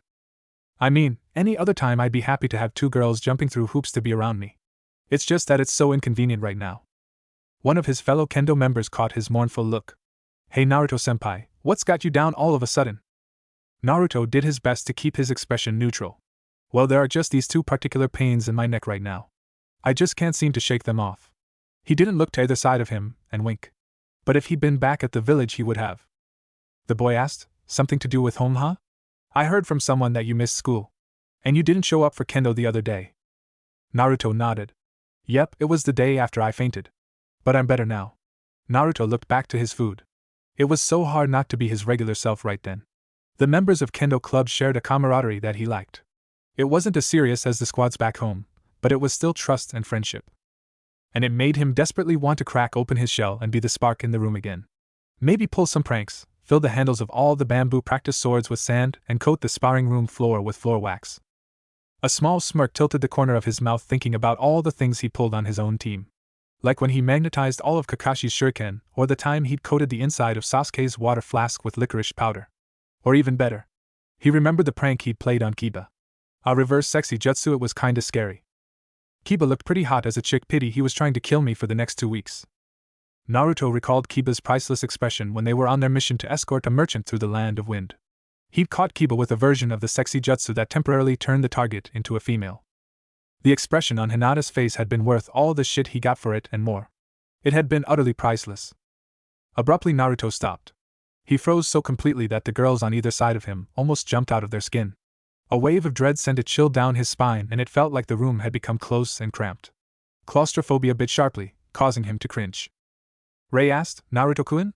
Did something happen? Are you feeling okay? Something happened. I know it's awful, but what is it? It almost feels like being trapped in a genjutsu. No, stay still. Try to enter sage mode. Naruto mentally nodded and closed his eyes. The instant he entered his meditative trance and reached out for the nature energy around him, he felt an overpowering urge to vomit. Nausea almost made him choke. His eyes flew open and he jerked out of his seat. Naruto-senpai? Naruto-kun? The door to the cafeteria closed with a snap. The bolt that kept the doors in place flying off as the door fell flat with a bang. Siko and Rei shared a look before getting out of their seats and following. Naruto dashed through the school at a speed that an Olympic athlete would have envied. His lighting movements and agility carried him through the halls and past students in a blur. This was as fast as he could go without using any chakra. Still, it wasn't fast enough.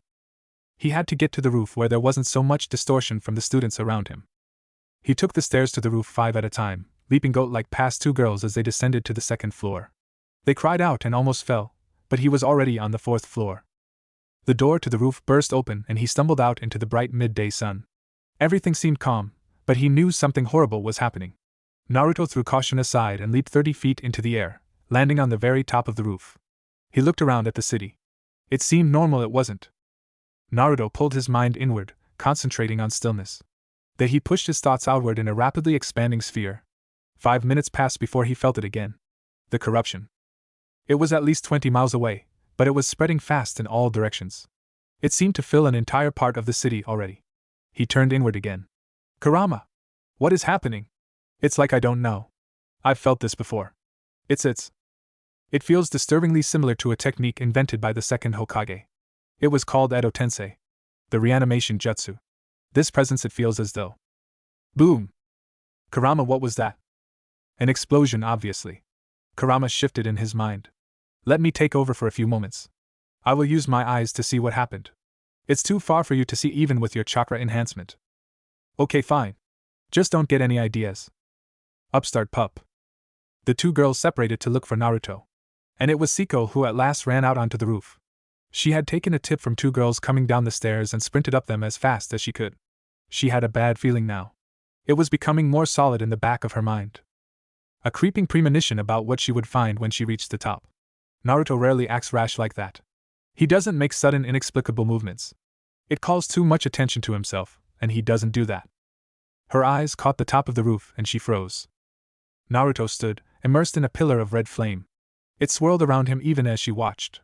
The tongues of liquid fire lashed out and split apart. Each time it caused the air to ripple, turning the air itself into the surface of a red lake.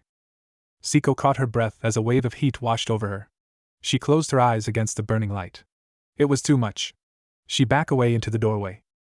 Then the light vanished, the split flame seeming to swarm around Naruto for a moment before disappearing completely. She blinked as Naruto stiffened and turned on his heel. She ducked out of the doorway.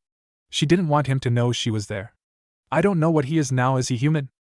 And if he isn't, then why is he here? And oh shit, we were giving him such a hard time about staying here. What if he's some kind of monster from legend? Or some demon like in storybooks? She bit her lip as she felt the temperature fluctuate wildly around her. Would he kill to keep this secret? Naruto's breath ghosted past her ear. You saw it, didn't you? It wasn't a question. It was a statement of fact. And he asked it in such a way that made her skin crawl. She turned her head to look at him. His blue eyes were different, just like they had been only for a second when he woke in the nurse's office. A deep blue with a slit pupil. Up close it made him look like an animal. He grabbed her hand. It doesn't matter. Something bad happened downtown. Shit is rolling uphill, if you get my meaning. We have to get out of this school before we're stuck in it. Siko snapped out of her trance as she was almost dragged down the stairs. Naruto! Wah! Naruto looked back and growled, "Geez, I forgot." She let out a girlish shout as he yanked her forward. The move caused her to fall into his arms. He snapped, "Hold on." She grabbed onto his shirt as they were suddenly falling fast. Naruto ricocheted off the third-floor landing and bolted down the next flight of stairs. He came down without a sound on the second floor. Gasping, she wrapped her other arm around his shoulder as he pushed off. They were across the 100-foot-long hall in seconds. Siko forced herself to shout, "Naruto! What's going on?"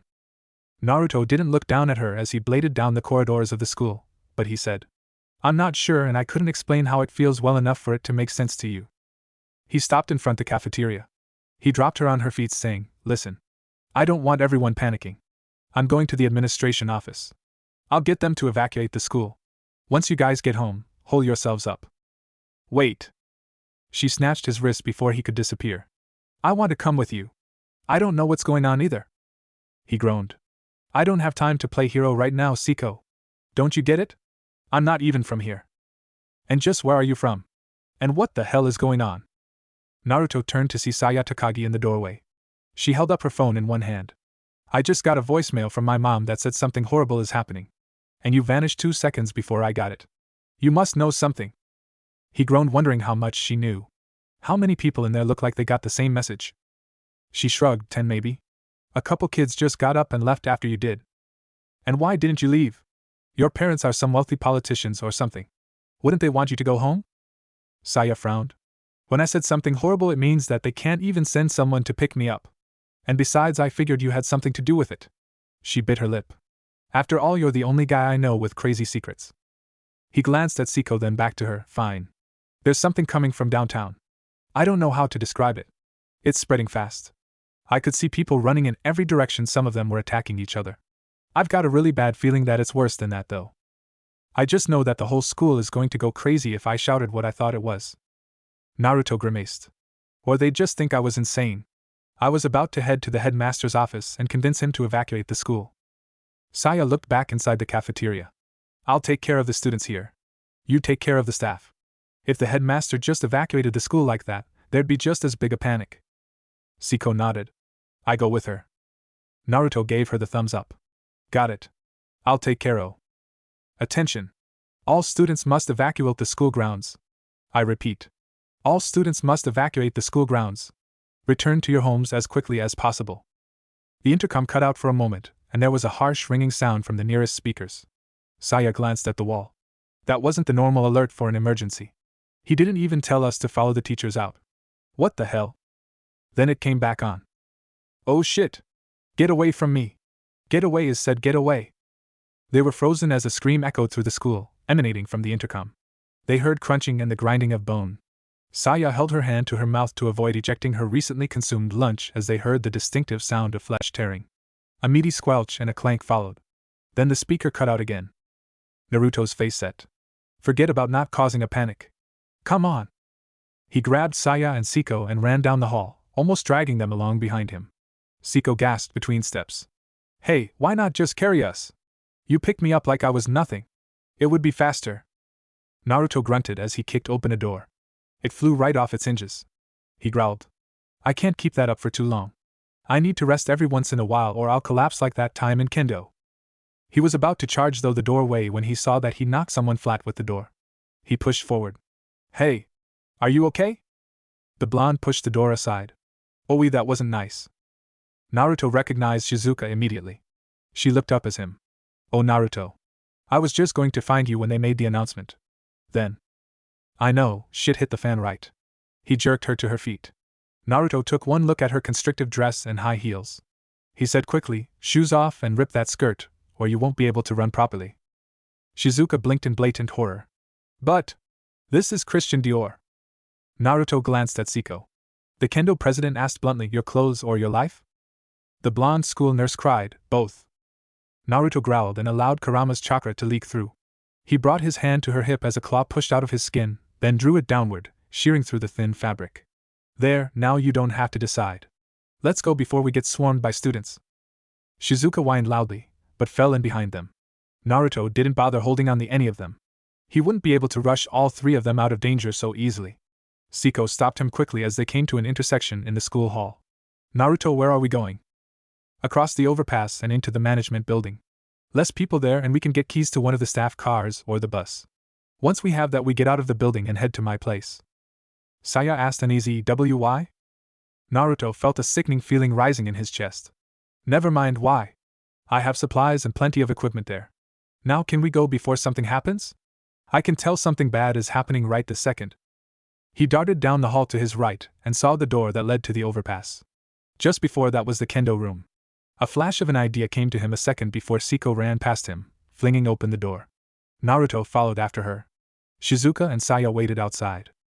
A moment later Siko emerged with her long reinforced bakken. She had also strapped on bracers and knee protection. Naruto had grabbed fingerless gloves with metal plates on the back. Siko glanced at Naruto. Not going to get a sword?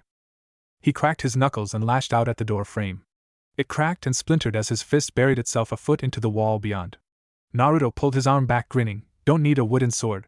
I have mine own if it's really needed, but I have much more experience with my hands. He dusted his hands off and lost his grin as a scream sounded down the hall from them. It died out quickly, leaving them silent. Shizuka looked down. I know it's a bad time to ask, but what are you? Naruto glanced back at the two of them. Complicated. Really complicated. Rei dodged aside as one of the things clawed past her head. She grabbed a textbook from the top of a nearby desk and spun. The spine of the heavy volume smashed into the thing's head, knocking it sprawling. Rei didn't bother to finish it off. She was on the first floor, and it was swarming with them. She darted through the room and out the other side. She was in the administration building and she had yet to see a single living person for 5 minutes. It was unnerving. Rei saw the stairs were blocked by another one of them. She hissed and doubled back. The creature lunged after her. The one she knocked down was up again and on the attack. Rei shouted, leaping clear over one of the desks as both crashed into it. She landed on the other side and twisted around. They pushed the desk over, but she was already going back around. She flew up the steps to the second floor. She stopped there. 4 figures shambled inside. Rei grimaced and tried to sneak through the room to the other side. Then her foot connected with something on the floor. It groaned and she looked down. Shit! It was one of the creatures. She gave it a hard kick and jumped over it. Her fingers closed around the keys to the school bus as the 4 others turned on her. Ray hissed and grabbed for the nearest approximation of a weapon. A long broom. Eyes narrowed as her hands worked furiously to get the brush off. They started towards her. Naruto encountered the first of monsters on the 3rd floor of the management building. A woman from the staff he recognized. Her jaw hung slack and she was covered in black blood. He spat. I hate my life. The heel of his palm crashed into her forehead. Snap! Her head smacked wetly against the wall behind her. Siko stopped to admire his handiwork. Nice. Naruto ignored her and continued through the room. His senses told him that there was something else there. And he was right. A second later, one of them pulled free of the shadows at the back of the room. Naruto stepped forward and snapped his foot upwards. Crack! Naruto watched as the creature dropped like a sack. He looked around the room, but didn't see what he was looking for. He turned to Shizuka. Where would the keys to the staff vehicles be? She scratched her chin. I think on the 2nd floor, but they might be on the 4th. I don't know for sure. Naruto growled in annoyance and turned to Siko. She had quickly regained her composure once she was in possession of a weapon. He admired that. She appeared almost as calm as he was. She would make a good kunoichi if she could use chakra. To be a civilian like her and have the guts to fight well, even the rest of Kendo Club is probably shitting themselves right now if they aren't dead. Do you know which? Siko nodded. It'll be the 2nd floor, but this room isn't connected. We have to make our way to the west side of the building. He tilted his head in acknowledgement, and they moved off. The rooms were mostly empty. It seemed that the staff had abandoned shit very quickly. It made him slightly sick. They'd abandoned their students before anyone even bothered to warn them, it seemed. That was disgusting. It made him want to smash a few heads together. Don't worry, Naruto. You'll get plenty of opportunities to do that. No need to take your anger out on the living. He pushed Kurama out of his mind as he opened a door to his left. Nothing inside. The doors after showed nothing either. Saya pointed. Hey, there's the stairs. Let's go. Naruto pushed ahead of her, heading for the door that led downwards. He pulled it open and caught the overpowering scent of blood. There was one of them inches from him. Naruto flung his head forward with enough force to send the creature tumbling down the stairs to crack her head on the floor below. Then he was descending, ignoring the startled looks from the girls following him. Takashi swung his improvised mace with as much force as he could. The ungainly weapon smashed his opponent back and down. The 2 behind it were taken down as well. He yelled to Kuda, who brought up the rear. Keep from shooting as much as you can or we'll run out of ammo. Got it, bro, let's get going before more of them come out of the classroom. He nodded and ran around the fallen creatures. They ran as fast as they could without making a wrong turn. Takashi turned a corner. There were the stairs to go to the next level. He stopped. Help! Takashi whipped back to see Kuda turning in the other direction, dashing after the scream. Takashi realized who it was a second later. It was without a doubt Ray. He swore loudly and flung himself down the hall. Ray screamed as her sharpened broom handle was yanked from her hand. She turned and ran. The garage with the bus was large and there were at least a dozen of them there. Fumbling for the keys as she ran, she managed to get them in her hand. Ray slammed into the bus door. She opened it and jumped in. Then she quickly closed them and pulled off her shoe. She jammed the heel in the opening mechanism. Even as she did it, one of them crashed into it. She screamed again, help. Naruto opened the door to the bottom floor of the management building where the garage was. The school tour bus was there. He took in the scene in a moment. 20 of the creatures were clustered around the bus. Naruto knew who had screamed and he saw Ray's face through the door window. That window won't hold long, damn it. No need to hold back now. Behind him, Siko as well as Saya and Shizuka stopped. They saw the situation with different eyes than he did. Siko cringed inwardly. Ray's in big trouble, but how can we? Naruto heard a crash from nearby and turned to his left. Just then the door burst open on the other side of the room. He saw Takashi and Kuda there. Screw this. Naruto charged forward. Behind him, Siko shouted, Naruto! He plunged into the pack of dead. He twisted his wrist and sent a burst of chakra to the seal. There was a flash of blue light and an explosion of smoke. Naruto roared out his battle cry as he gripped the huge sword he'd summoned in one hand. He sent chakra to his arms and shoulders as he dropped to the floor. The creatures around him were already turning away from the bus to latch on to the figure in their midst. Naruto flung his legs around, using the momentum to bring the heavy blade of the sword around to cleave through at least 10 of his enemies. Bone was sliced through with ease as he funneled a small amount of wind chakra up the edge. Just enough to make it inhumanly sharp. They dropped around him like severed bowling pins. Naruto buried the blade in the floor vertically and pumped more chakra into his arms. He flipped upward. Then while in midair he drew his kunai from his sleeves. In a flash the two monsters still clawing at the bus were slain. He came down, landing on the pommel of his sword. The rest of them were still alive. Naruto's eyes sharpened as he lashed out, faster than the eye could see. 4 sharp cracks sounded as he leaped off his perch and came down again. His knuckles were bloody as he stepped close to each standing corpse and delivered a surgical strike to the head. It took less than 5 seconds to drop all of the creatures left standing. I need to finish this quick. Then he proceeded to smash the head of those who were missing legs to stand on. As he crushed the last head, the door to the bus creaked open. Rei was looking at him with shock and relief, fighting for control over her expression. Naruto glanced around the room, searching for more of the undead to cleanse. There were none. Only dumbfounded students and 1 school nurse. He placed his hand on the pommel of his massive blade and it vanished in a puff of smoke. Saya was running forward then, closely followed by Siko and Shizuka. How did you do that? Naruto shook his head. Not right now. Get on the bus already. He turned to Takashi and Kuda. Do I need to write you an invitation? You're not getting another opportunity, you know. Barely 5 minutes later the garage door opened and Naruto climbed in beside Shizuka. He hurriedly wiped his kunai clean and stowed them away. The blonde nurse glanced at him, but didn't speak her thoughts. Instead she cranked the engine. Naruto grimaced as the bus started. It was too loud. Way too loud. But it would have to do. Shizuka put the vehicle in gear and slammed on the gas. The engine roared like a dragon and they shot forward into sunlight.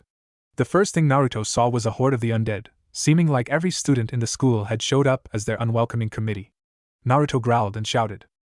Run them down! The school nurse nodded and pressed the gas pedal to the floor. Their speed doubled as the first student smeared herself over the front of the bus. Behind him he heard the rest of the small group shouting as they plowed through the mass of bodies. Blood sprayed over the windshield and Shizuka put on the wipers. Naruto cracked a smile at that. Even as a man he recognized Professor Michel's face planted on the hood. The bus blasted through the gates of the school and out onto the open street a moment later. Bodies continued to impact the front as the few stragglers outside the school were mowed down. Naruto saw that the road ahead was clear of them. He looked behind through the windows. The school was behind them. Thankfully, finally, behind them. Naruto turned back to look out the front. Say goodbye old fucked up life and say hello to the new and improved fucked up everything. They drove for 10 minutes. It was a necessity as some of the streets they passed were so clogged with abandoned cars and trucks that they couldn't get through. Riding in silence, they didn't take time to consider what might happen next. That was thinking way too far ahead. Even the cool and collected Siko was shaken up. And Saya, while not having a mental breakdown at the moment, was certainly looking pale. Naruto focused on what he could sense around him. He stopped Shizuka from turning left. Wait. Go straight and then go around the block. She didn't question him, and as they passed the street she had been about to turn on they saw dozens of them, maybe 100. Too many to fight. Shizuka followed his directions for another 10 minutes as they moved through the city at a snail's pace. At least to Naruto it felt that way. He wondered if this felt fast to those who didn't have his abilities. Then he called them to stop. He turned to everyone on board. Okay, from here on we go on foot. It's only a block and a half to my apartment, so it won't be a problem. Takashi asked, why not drive all the way there? Then we could load supplies directly into the bus. Naruto shook his head. Were you paying attention inside the school? Those things can barely see anything. They certainly can't distinguish between one of them and one of us. They use hearing to find prey. This bus is way too loud, and if we park it right on the front step we are going to have every single zombie in 10 blocks zooming in on us. Shizuka stood looking confused. Zombies? I use that word loosely, but I don't have a better one right now. So can we go already? I am already running low on energy. I need to rest before we have to fight our way through another group of those things. Siko nodded. Naruto's right, we need to be careful from here on out. Make as little noise as we can. Besides, the sooner we can get to his apartment the better off we'll be. It's on the 8th floor, so we'll be much safer from most of those things. They agreed and funneled out of the bus. Shizuka closed the doors and trooped after the rest. Naruto headed the group as they ran as silently as possible down the sidewalk. I can't really use the term silent with these guys. Siko is as stealthy as they come, and I've heard pregnant Kunoichi move quieter. I'll have to show them how to move properly if a group this large is going to survive. The group turned the corner and almost ran into 3 of them, standing there like apocalyptic mannequins. Naruto reflexively took them down. One fist hammered into heads on either side while he kicked out with his foot, sending the other one to crack its head on the pavement. Kuda whispered, awesome. You gotta teach me how to do that. Naruto smirked but felt himself tiring. Kurama had used a lot of his reserves while heightening his vision. It required an immense amount of chakra to give yourself better vision than a hawk. It was no wonder that Sharingan took so much out of Kakashi. He nodded down the street and they continued along. They stopped at the entrance to the building. Naruto strained to reach out with his senses. There was nothing immediately nearby, but on the upper floors. But how did stupid zombies get into locked rooms? It doesn't make any sense, but then again most of this doesn't. He turned to them. Guys, the electricity isn't out in the city yet. This is an industrial area, so there will be a ton of backup power even when the people making energy are eating each other. But we can't use the elevator unless we need to move something really heavy. It makes too much noise and there are a lot of zombies in the different rooms. Ray asked, but how can you? I'll explain later. Here's the key to my apartment. It's impossible for any of them to get inside once you lock it. Go to the 7th floor, got it? The elevator entrance to the 8th is rigged. They nodded mutely. Kakashi spoke up. What will you be doing? I'm going to take care of my fellow tenants, if you get my meaning. Since I have no clue how they got killed or bitten or whatever, I need to take care of them now. If this spreads in some way other than how the horror books say, we'd be in serious trouble. Kakashi blinked in surprise but nodded. I'm not going to suggest you can't handle yourself, but be careful. Naruto smirked. Who the hell do you think I am? I'm not a careful kind of person. With that he dashed into the lobby, heading for the stairs. Siko took charge with Kakashi. They led the way to the stairs on the other side of the lobby. They weren't even in the stairwell before the sound of Naruto kicking a door open sounded behind them. Chapter 4. Preparation of the Dead. Siko sat on the couch by the low table. Next to her sat Takashi and Kuta. The otaku was having a hard time keeping his eyes off the pile of cash on the table in front of him. It wasn't that he wanted to steal it. It was just that he'd never seen so much physical money in one place before. It made him wonder, how rich is this guy? This thought was shared by Takashi. But he was more worried about Rei, who was pacing the room like a dog worrying over a bone. Saya was looking around the room. She prayed that when Naruto said supplies he didn't mean the lifetime supply of ramen displayed on one wall. The money on the table distracted her for a moment, but there were bigger issues at the moment. Like what would happen if Naruto didn't come back from his clean-up job. In the short time since everything had gone to hell, they'd quickly learned he was the man with the plan. The kick-ass guy who got them all here safely. If he didn't come back, then someone else would have to step up and take the lead. She didn't really mind that part. Who was in charge was a pointless formality at the moment. But she didn't like the idea of losing someone who could take out a dozen zombies with his bare hands. That kind of guy didn't just fall out of the sky every time you needed him. It was another 20 minutes before the door clicked open and Naruto entered. He was now covered in much more blood than before, but still uninjured. He walked into the room and proceeded to pull off his soaked shirt. Rei paced over to him. What were you doing? You took almost 45 minutes to. Naruto flicked her between the eyes with one finger. Ouch. He groaned as his shirt came off, revealing his chiseled muscles. Naruto glanced around at them. Hey, what are you guys waiting for? We don't know if having their blood all over us will infect us. Strip off anything that has too much gore on it. It'll get washed later. Rei snapped. Tell us who you are first. We need to know what you're doing here now. It's a matter of survival. Naruto threw his shirt to the side and sighed. You sure don't beat around the bush, do ya? Fine. Do you want the long, complicated story that will likely put you to sleep, or would you prefer the short, impossible, unbelievable version? She didn't answer for a moment, and Naruto shrugged. I'll take that as option 2. He turned to one wall and walked towards it. When it looked like he was about to smack his head into it, he put his leg up and stepped onto the wall as if it were level ground. Rei's jaw dropped, along with everyone else in the room. Naruto walked up the wall and then onto the ceiling.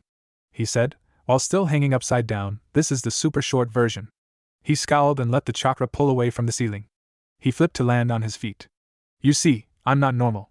In fact, I'm about as far from it as you can get. So before you start asking a ton of pointless questions, no, this isn't magic. Yes, I've always been able to do this to a certain extent. No, I probably can't teach you how to do it. And no, I'm not from around here. Siko stood and moved over to him. So what are you? He pointed to himself. I am human, but where I come from there are a lot of people who can do what I do. The thing is, this whole world is not mine. I was dropped here by accident, I think, and stranded. I've tried everything I could to get back home. Nothing works. So I'm stuck in some crazy world where everything's new and the people are weak, not to mention the government is so observant that I had to go to the black market to keep from being picked up as an illegal immigrant. Kuta said. You forgot about the dead coming back to life. Naruto raised his eyebrow. Actually, that's the one thing that seems to happen often in both our worlds. I mean, not in the same way, but still. He cracked a sardonic smile. As my old sensei might have said, this is a refreshing return to normal. They stared at him blankly. Ray asked, horrified. This happened in your world too? He shook his head. No, not what I meant. People come back from the dead, but you can talk with them, or even have a game of chess if you wanted. They're still them. Here it's like their brains are rotted. But that isn't really important. You want to know who I am? I'm Naruto Uzumaki. I'm human, just like you, but I can manipulate the energy inside my body and around me to do things you would call magic. Simple enough? Saya muttered. I'm just left with more questions that don't get me anywhere. Like how you knew all this was going down so quick when you don't even have a cell phone. It was like you just froze during lunch and bolted. When you came back, you grab us and go. Naruto nodded. That's part of my power. I can sense danger instinctively. And when something really bad happens nearby, I can tell immediately. Also, this a world. It feels unclean to me. Like the entire planet is dying. I'm usually much more powerful than this. I could level towns in my world, but here I can barely kill 50 weak humans without getting tired. I feel kinda pathetic. He smiled weakly. It's just getting annoying is all. I hate feeling weak and tired all the time. Kuta scratched his chin, saying, This is just like the one manga I read.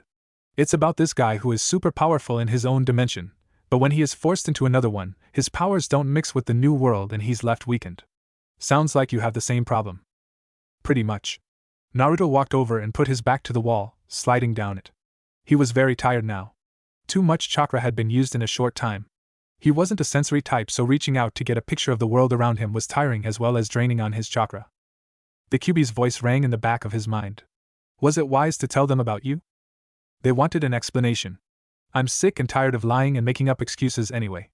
Besides, how was I going to hide it? They knew what I did was physically impossible for human like them. I wasn't going to leave them just so I can preserve my image. I suppose you are correct on that much, though what will you do now? Ha! No fucking clue. I'll cross that bridge when I come to it. You should find some way to teach them how to manipulate chakra if it's possible. I know you aren't a teacher, however, it may become exceedingly tiresome to protect them constantly. Well, it helps that I can be in more than one place at once, huh? True, but still, don't become careless. You might as well be God compared to them. It's their lives you risk if something goes wrong because of you. I know, don't remind me. Naruto turned his attention to those around him. They were distraught, worried, afraid, and it was a bit unnerving how easily they accepted his explanation. He'd fully expected some half-assed joke about where the wires were. But none was forthcoming. He glanced at Siko. She seemed to have relaxed more than anyone else. A calm veil had settled over her. He figured this was her combat training as opposed to her usual attitude. I hope she stays composed though this. It would be great if I can have a level-headed partner who actually can handle herself reasonably well. Rei looked slightly shell-shocked, but she also kept together well. Saya was even more cool than Siko, but he could smell the truth. She was one near-death experience from a breakdown. Takashi also had the same look as Saya. Unstable. Naruto saw the same look in his eyes that he'd seen in Sakura a couple times. Then there was Kuta. The fat otaku had put himself into a much brighter light in his eyes. He'd suddenly and without warning turned into a stone-cold killer with that modified nail gun of his. I'd bet all the ramen in the world that guy is secretly a gun nut. Done. Hey! What was that? You better hope he's a weapon lunatic like Tenten. No fair. You didn't wager anything. So I can't bet against myself. Who said? It just means you have to give up your annoying ramen obsession whether you're right or wrong. Like hell. You overgrown orange hairball. Do you know what that spells, Naruto? No? Naruto. He snapped out of his thoughts to look up at Rei. She sighed, geez, Naruto.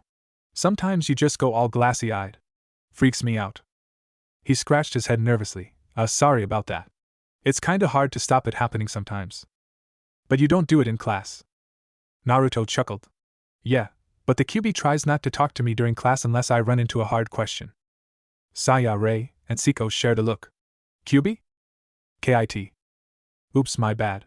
Did you want me to keep you a secret? Sorry, Kurama. No wonder Kakashi was so exasperated all the time. Your jaw hangs loose and all kinds of secrets just come leaping out. For your information, my mediocre container, I don't care if you tell them about me, but for Kami's sake ask first. Geez, look who's the sensitive one now. Naruto quickly cut the connection with Kurama and grinned at his guests uneasily. Yeah, I never told you about my little friend. Saya inquired, just what do you mean by that? He sighed and drew demonic chakra to the seal on his chest. The dark markings over his stomach glowed an evil red for a moment before it inked black. Siko gasped. What the hell? The thing is, I have a demon spirit trapped inside me. He's not the soft, cuddly type either. He's the really big and scary type. His name's Kurama. This thing on my stomach is his seal. When you see me space out, it's usually because we're talking. Siko stepped forward and knelt by him. She reached out and ran her fingertips over the black seal. Her eyes lifted to his. It doesn't feel strange yet. I get the feeling when so say demon you don't mean the biblical kind. I wouldn't know about that. Kurama looks like a huge nine-tailed fox, which is why he's called QB. I don't understand how this world works as far as magic and stuff goes. From what I've read, most of your religions seem a bit stupid. It's all about sin and God, heaven and hell. I don't pay attention to that. Takashi stood and walked over. I don't really care if you're a demon or a human or whatever. You're the toughest finger I've ever met by a long shot. And you did get us out of that school, plus you managed to save Ray. Thanks for the help. No problem. He looked around at the other students. But I have to ask. What are you doing here and what are you planning now? Naruto let himself relax a bit. Listen. I've been acting like a loner for months. I'm not really like that. I wanted to make friends, but I was trying hard to find a way home. I only just gave up on getting home quick. To be honest, the way I was sent here might make it almost impossible to get back. His expression saddened. Now that things have gone to shit here, I'll try to survive. And since I have you guys around, I'll help protect you as much as I can. After all, you're the only friends I have. Saya stuttered. But we hardly know you at all. Or the other way around. How can you call us friends or have any interest in protecting us? Why did I save you from being robbed and probably raped and murdered the other day? It wasn't because I really like you or anything. I couldn't stand back and watch it happen. It's part of my personal code. My way of living. I try to help people when I can. Siko had gone slightly pale. She looked to Saya. Still on the couch, Kuta asked, "Wow, he helped you too?" The girls looked back at Kuta. What? You think I'm too fat to get mugged? Saya asked, but I thought you wanted to keep that a secret? Naruto waved it off. Listen. That was only because of the problems it would cause if you let it slip who I was. Now I can't keep secrets from everyone. I'll tell who what I'm capable of so you know what I can and can't do. He sighed, seeing their curious expressions. For one thing, I can't turn you back into a human after you've been infected or whatever turns you into a zombie. And none of us know how this spreads, do we? So like I said before, strip off the blood-soaked clothes before you catch something a whole lot worse than the common cold. Rei, Shizuka, and Takashi all looked embarrassed. Siko looked down at herself. She had hardly any blood on her at all. No more than a few droplets. She shrugged. Not a problem. Saya imitated the kendo club leader. Naruto saw the expression on the other three bloodied individuals and sighed. This was going nowhere fast. If they were going to live through this shit, they'd have to start moving out of their comfort zone. You know where I come from, killing people is a common profession. In fact, it's easily the most common profession. When I'm sent on a mission, modesty gets thrown out the window until I get home. Right now, this is survival. And the more time we waste on things we take for granted, the worse off we are. Naruto stood up and went to the elevator and opened it with his key card. So let's get this straight. I'm not telling you to be comfortable with being naked in front of each other, but we aren't going to be drowning in luxuries here. In an older building like this, we might have real power for a day. And depending on if something goes wrong with the grid, we could have backup for a week or two. So we're not going to even have water after that. The elevator door slid open. He pointed into it. If you have to preserve your modesty, then go to the top floor. I have plenty of extra clothes in the big dresser on the left. Unless you want a nasty shock, don't touch anything. He gave the whole room a withering glare. And I mean anything. Rei quickly moved to the elevator with Shizuka. Both girls waited for the doors to close. Naruto turned to the rest of them. So first things first. I think we need to be on the beach. Someplace where we can put up defenses. The sea can offer food and water and a means of escape. I doubt the zombies can swim. He glanced around at them. But I need to know what you guys want. After all, I just need a stable place with plenty of room to work on a way home. You're the ones with family. Kuta coughed. Well, for me, my parents actually left yesterday to go to their different jobs. Both are out of the area. Mom is way up north and Dad isn't even in Japan. So my family is out of the question. He sniffed. I guess they're probably dead right now. He rubbed his hand over the side of his makeshift gun. I wish they were here now. Naruto looked away from Kuta. Much as he could empathize with him, he'd started out with no parents. He turned his attention to Takashi. What about you?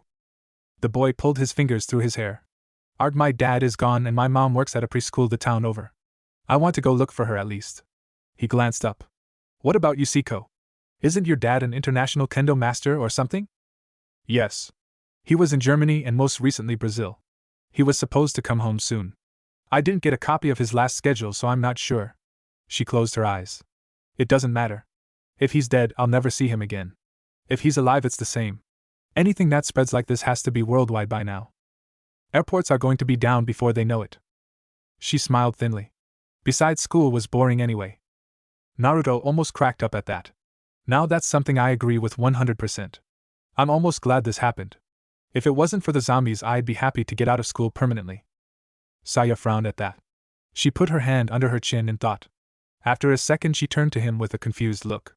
Wait. If that's the case, then explain to me why you bother to have perfect grades? If you hate the school and you're trying to get home, why not hole yourself up in your room until you found a solution? Well, about that. When I was dropped in this world, it caused a bit of a commotion. The government has my picture, or had it, let's say. They apparently were looking for me after the mess I caused because this investigator showed up at my apartment, not this one, and started badgering me for answers. Saya blinked in surprise. You had a government investigator track you down? Naruto shrugged. It wasn't as if I knew what I was doing at the time. I had no clue how this world worked, and I was still recovering from injuries. Then this woman shows up threatening to throw me in jail. I took it in stride. Instead of talking, I grabbed her, tied her up in the living room, and convinced her to tell me how most things worked here. Took a week before she gave in and told me what I wanted to know. But then again, it probably would have been quicker if I'd tortured her. He tried to sound casual, but by the looks on their faces, well, everyone's besides Siko. They were shocked. Saya was somewhat slack-jawed. You kidnapped her? What else was I supposed to do? I didn't even know where I was. And she thought I was insane since I didn't know about the most basic things. You all grew up taking technology for granted. I didn't grow up with half the stuff you have. Where I come from, there are no cell phones. Only the most basic computers, and even those aren't the same thing since they're powered by chakra and advanced fuinjutsu. Siko stared at him for a moment, then asked, all of that aside. You just mentioned chakra. Isn't that some kind of mystical energy that monks use to find enlightenment? Naruto shook his head. No. Geez, I was ever good at explaining it. He pulled a hand through his hair and tried to recall exactly how Irika had explained it back in academy. Chakra is the energy you get when you mix your physical energy and spiritual energy together. You only get chakra if you can combine them.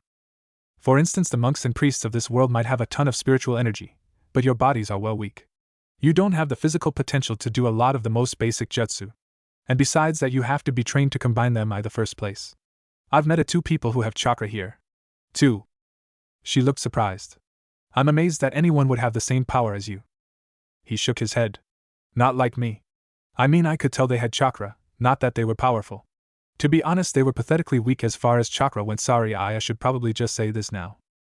Takashi shifted in his seat and he asked, say what?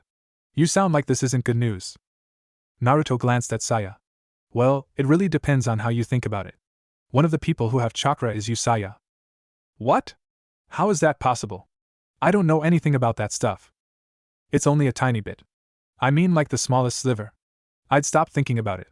My original plan was to be as much of a loner as I could, so I would be forced to leave behind friends that I might never see again, so I put it out of my mind. He stepped over to her, grabbing her hand. My point is that any of you could technically use chakra if you could train hard enough to harness your physical and mental energy, and I taught you how to mix them. But you have natural chakra. Basically, you have an inborn reserve of energy that most people here don't have. She looked down where he was holding her hand. Okay, but... Now I'm going to send a tiny amount of my chakra through your hand to show you. Wait. What are? Saya went rigid and then relaxed as he sent a small pulse of chakra up her arm. Her eyes went wide and she looked down at her hand. It feels weird, like I don't know. Like I can feel the blood in my arteries, but it isn't blood. Naruto smiled. Exactly. That means you also have a chakra network. He stopped. Actually, that's a much better description than Irika-sensei ever gave. Anyway, I'll try to show you how to use it later. But I think we're getting off topic again. He let go of her hand, asking, where do you want to go? She felt the pleasant sensation running up her arm dissipate as he let go, but it still lingered somewhat. It tingled through her shoulder and spread through her as she stood there. It's so strange. After a few seconds she shook herself and ignored the feeling. Well, my father is a politician and my mom is in business. Our family has a large estate. They've probably holed up there. She ground her teeth together. It's not too far from here. If we can, I need to see them. They're alive. I'm sure of that much. Naruto asked Takashi, do you think your mother can be contacted? Not really. She should be safe enough. That town has a pretty small population and it's mostly residential. I bet she's fine. Not like here with the massive amount of people. There was a moment where Naruto wondered where they should head first. Then he heard the elevator come back down from the top floor. The door opened with a quiet ding. Rei and Shizuka walked out. Naruto blinked and felt his face go red. The nurse was wearing an extremely baggy t-shirt which remained tantalizingly tight over her bust. Naruto decided that Tsunade had some serious competition. She also wore black sweatpants. Shizuka looked down at herself, obviously discontent with the available clothing upstairs. Rei, on the other hand, was much closer to Naruto in both height and size, not having the blonde's huge rack help too. She had on a blue long-sleeved shirt and one of his jackets. Naruto noted she had chosen one of the special one he bought from a shady tailor 2 towns over. It was lightly armored, being reinforced with Kevlar and metal plates over the chest and back. In addition to that, she had a pair of his blue jeans, though the legs were baggy. Naruto made a mental note to find something that would both fit and protect the busted nurse more than what she had on. Good, you two are all right. Your turn, Takashi. The boy nodded and walked past the girls into the elevator. Naruto saw Takashi glance at Rei with a strange expression for a moment. He ignored it for the time being and asked Rei, "So we were just thinking about where to go after this. Do you want to search for your parents or something?" "I'm not sure. Mom, I don't know what she was doing today. Dad's a police officer. I already tried calling him. I didn't get anything. I have to assume he's working at his job right now. But I don't know if the police are holding together or not." What she didn't say but thought was probably true was that her father would be on the front lines of this crisis. He most likely had fallen to them. Naruto saw what she refused to say in her expression. He turned to Shizuka. "Anyone important to you that we might search for?" She went still for a moment, as if thinking hard. "Well, no. Not really. I do have a roommate, but she's not here at the moment." Naruto smiled a bit at how much of a ditz she was. It was comical to him, coming from a world like his. He looked to Saya again. She was rubbing her hand with a faraway look.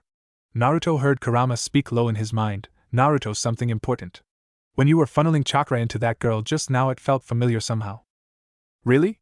I didn't sense anything like that. Her chakra just seemed strange to me.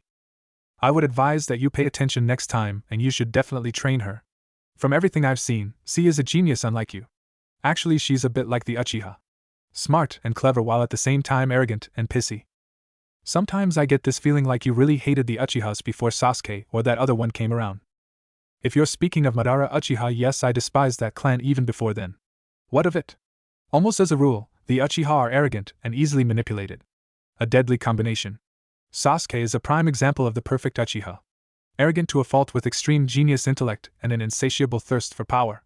He even had the perfect sob story. Kurama chuckled. On the other hand, you're the anti-Uchiha. Extremely ignorant of nearly everything. You are unpredictable at the best of times, and you seem to gain power without realizing it. You're the definition of an idiot savant." "What the heck is that?" "My point exactly." Naruto drifted back to reality, as Shizuka finished a long-winded, rather roundabout explanation of her living arrangements with her friend and roommate. Naruto realized he'd missed everything, but didn't particularly mind. He felt a wave of lethargy roll over him and stifled a yawn. Siko glanced at him. "You tired, Naruto?" "Exhausted. I need to rest after using so much chakra." Rei asked, what is that?" Naruto groaned. "Long story short, it's the reason I'm so good at killing things." He moved to the couch next to Kuda. "Anyway, I'm not sure if you girls are tired since it's still fairly light outside, but I actually need to rest." He closed his eyes. "The bed upstairs is available, and there's another one that is on this floor in the other room. They're both king size, so if you don't mind sharing, there will be plenty of space." He let himself relax. His muscles loosened slowly after the day's events. Rei seemed puzzled. "Are you just going to crash on the couch?" Naruto muttered half-heartedly. "A ninja must deal with adversity. This couch is only a small obstacle to me sleeping." Siko watched Naruto literally drift off mid-sentence. He must be exhausted. He wasn't lying earlier when he said that using his powers here was tiring, and did he call himself a ninja? She turned to Saya. "Since Naruto is willing to help us find our families first, where do you suppose we go first?" "I believe that either yours or Rei's families will be closest. But at the same time, those are both densely settled areas. Takashi's mother might be the easiest one to find." Saya agreed. "That's true, but my father will have more supplies than I see here. This place is bare. Honestly, we need big guns and the people to shoot them before we go on any search and rescue missions." Rei dipped her head. "Yes, I think that's right, but what about Naruto?" Siko shrugged. "He's helping us. And he's already doing a pretty damn good job. I see no reason not to take what help he offers. Do you think we would reach Saya's house unscathed without him?" They all went silent, looking at Naruto, who might as well been dead for how still he was. Kuda spoke up then. Hey, I don't know about you, but I think it would be a good idea to wait here a little bit. Saya raised her eyebrow. And why is that? Well, because right now we're all shaken up by this even if we don't show it. And it would be good to figure out a path to Takagi's house before we go. And if we took a few days, then we could load the bus with all the supplies we needed before heading out. I just think if we rush things we're going to be in trouble. Saya laughed. Wow, and the chubby has spoken. I didn't realize that brain of yours worked on real problems and strategy. Kuda smiled nervously. Yeah, sorry. Siko's eyebrows rose in mild surprise. About what? It was a good idea. We should stay here a few days. And Naruto looks like a few days' rest would do him more good than a few hours. And this way he can explain his abilities to us, and more on how his powers work. I have a feeling that his short version was microscopic compared to the whole truth. Saya nodded. I want to see what he meant by showing me how to use it. Rei put her hands on her hips, feeling left out of the loop again. Use what? Takashi didn't know what Naruto meant by not touching stuff on the top floor. He didn't see anything out of the ordinary at all. It was by all accounts a perfectly normal if luxurious room. A massive 4-poster bed in the center of the back wall. There were 4 dressers. 2 large and 2 small. 1 large dresser to either side of the room and on small flanking either side of the bed. He raised an eyebrow to the empty room before moving to the left dresser. He opened the drawers, pulling out a few shirts and pants that might fit. Once he was done, he stripped off his blood-soaked shirt and pants. He'd removed his jacket already when he first encountered one of the dead. The festering creature had lunged at him, managing to get its teeth into the jacket. It had ripped beyond use. Naruto seemed to have a lot of jackets, and for the most part they came in various shades of orange and red.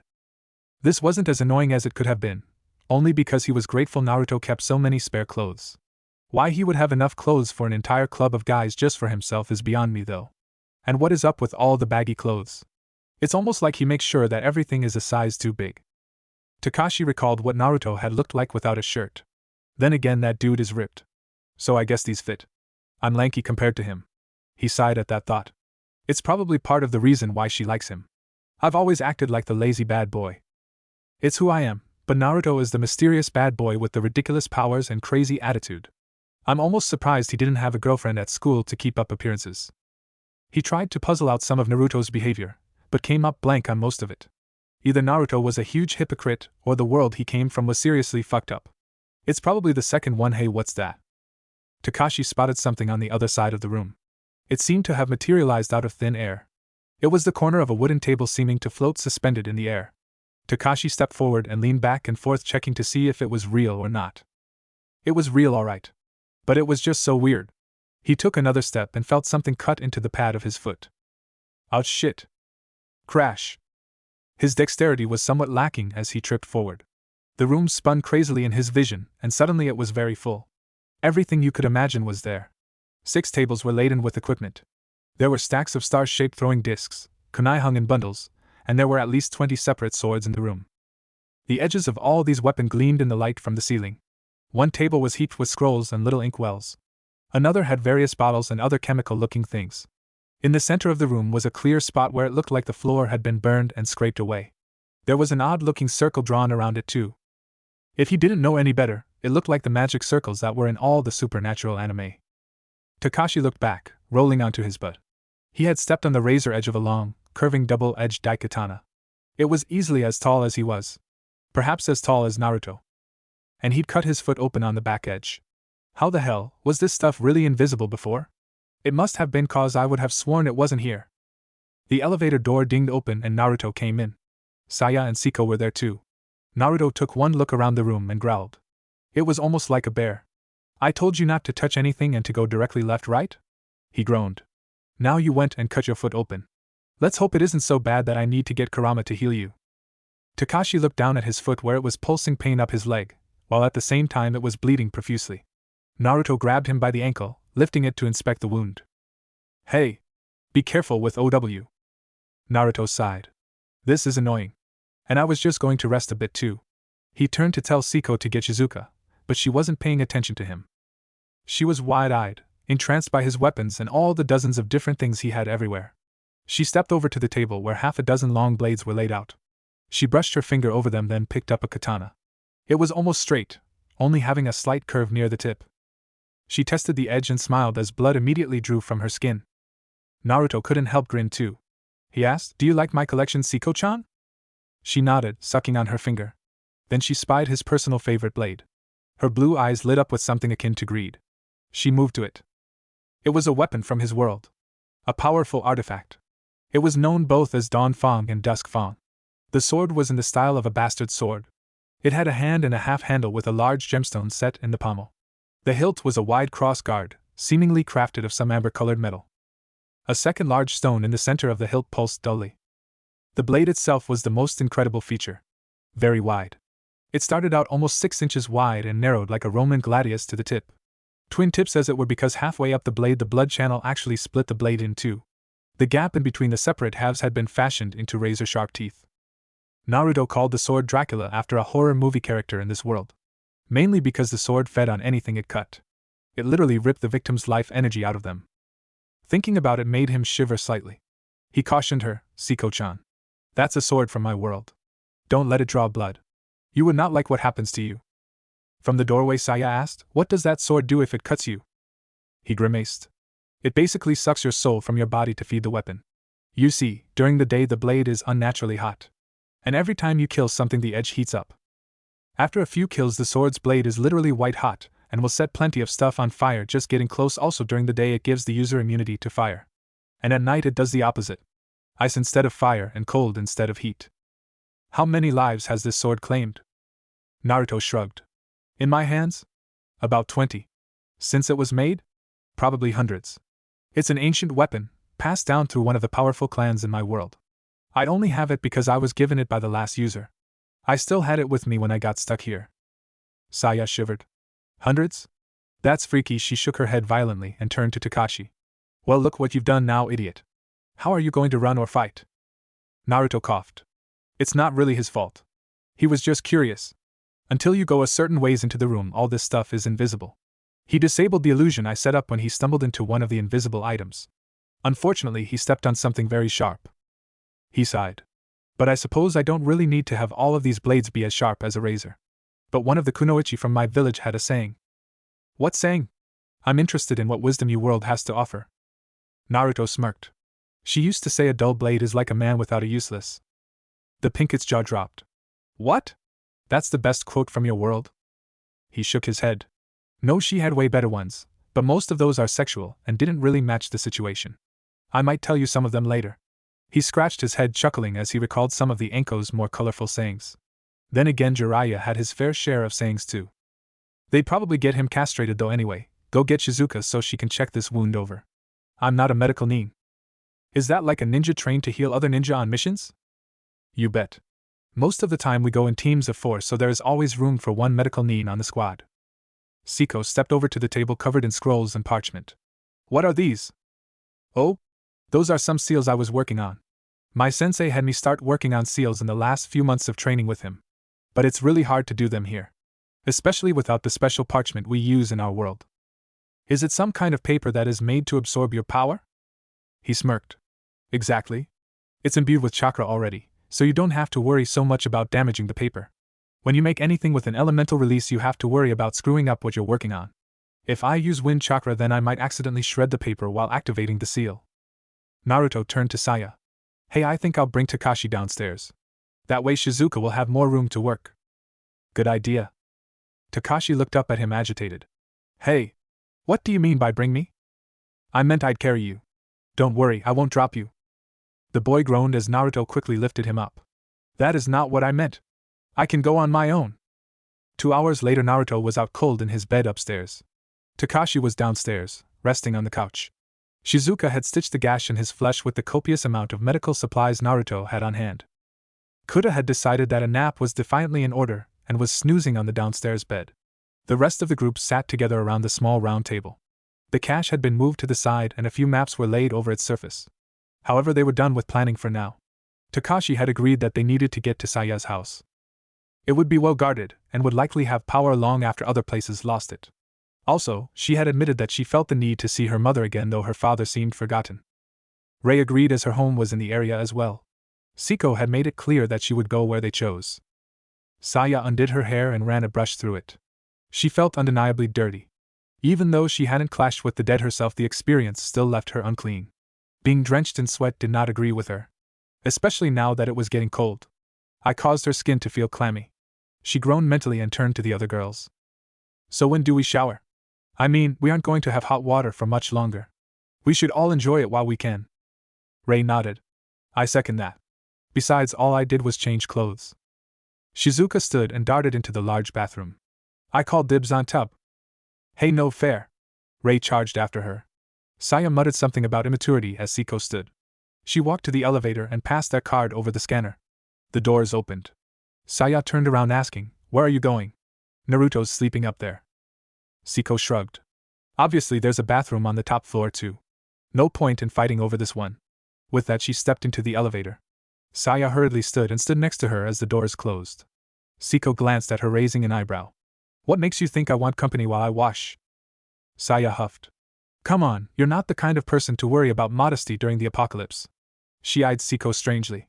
Are you? The older girl smiled thinly. Not really. It depends. The doors opened again and Siko walked out and into the room, her eyes sweeping over the stacks of weapons and equipment. It made her a bit hot just looking at all the panoply of war. Naruto had enough swords alone to equip their group twice. She wondered what he was planning on taking when they left. She glanced at Naruto where he lay curled up on the bed. Her cheeks darkened as she diverted from her original course to approach him. Saya hesitated behind her before following. They came to the foot of the bed. Naruto lay in the center. Neither could stop themselves admiring him. It looked like he'd already taken a shower. He was clean of blood and gore from the day's battles. Saya glanced at her with an interested look. So Siko, when you said your modesty depends on who is bathing with you, what exactly did you mean by that? Siko turned away from the bed and into the bathroom. You're the genius here, aren't you? Figure it out. I won't lie. If you're right, I'll let you know. Saya quickly followed Siko into the bathroom. Yeah? At least you're right about that. Back at the school, Hisashi gritted his teeth as he pulled the needle through his skin, sewing the stab wound closed. It still bled, but fortunately he had a good tourniquet around his upper arm. Once again he thanked God that he bothered to get basic medical training aside from his black belt in karate. He was lucky that the girl Yuki had more in her head than sex. At least she'd grabbed a first aid kit from the nurse's office on the way through. He looked around the dimly lighted room at those around him. 3 girls and 2 other boys stood or sat in the room with him. They looked haggard. 2 of them had already died attacked and killed by them as he decided to call the living dead. Miura was bitten on the 2nd floor. Then he was trampled by a horde of students trying to escape. Kurakami had his throat bitten out by one of them shortly afterward. They'd lost track of the 2 girls, Taniyuchi and Kawamoto. Hayashi guessed both of them were dead too. So here they were, trapped in the secondary storage room. Outside were at least 10 of them. Hayashi didn't dare open the door, and no one else was willing to take the chance to run the gauntlet. And things were getting strained inside. He'd already knocked some sense into the megalomaniac of a teacher he'd saved. The constant groaning and moaning from outside was grating on everyone's nerves. Hisashi worried what would happen to them. There didn't seem to be a way out. And with no way out, they were all guaranteed to die. He hoped it wouldn't come to that. What if Naruto has Sage of 6 Paths Highschool of the Dead? And thanks for watching my video till the end. If you enjoy this content, then do consider subscribing to my channel, and leave a like if you guys need the next part. Comment down, and thanks for watching the video, and see you guys in the next video.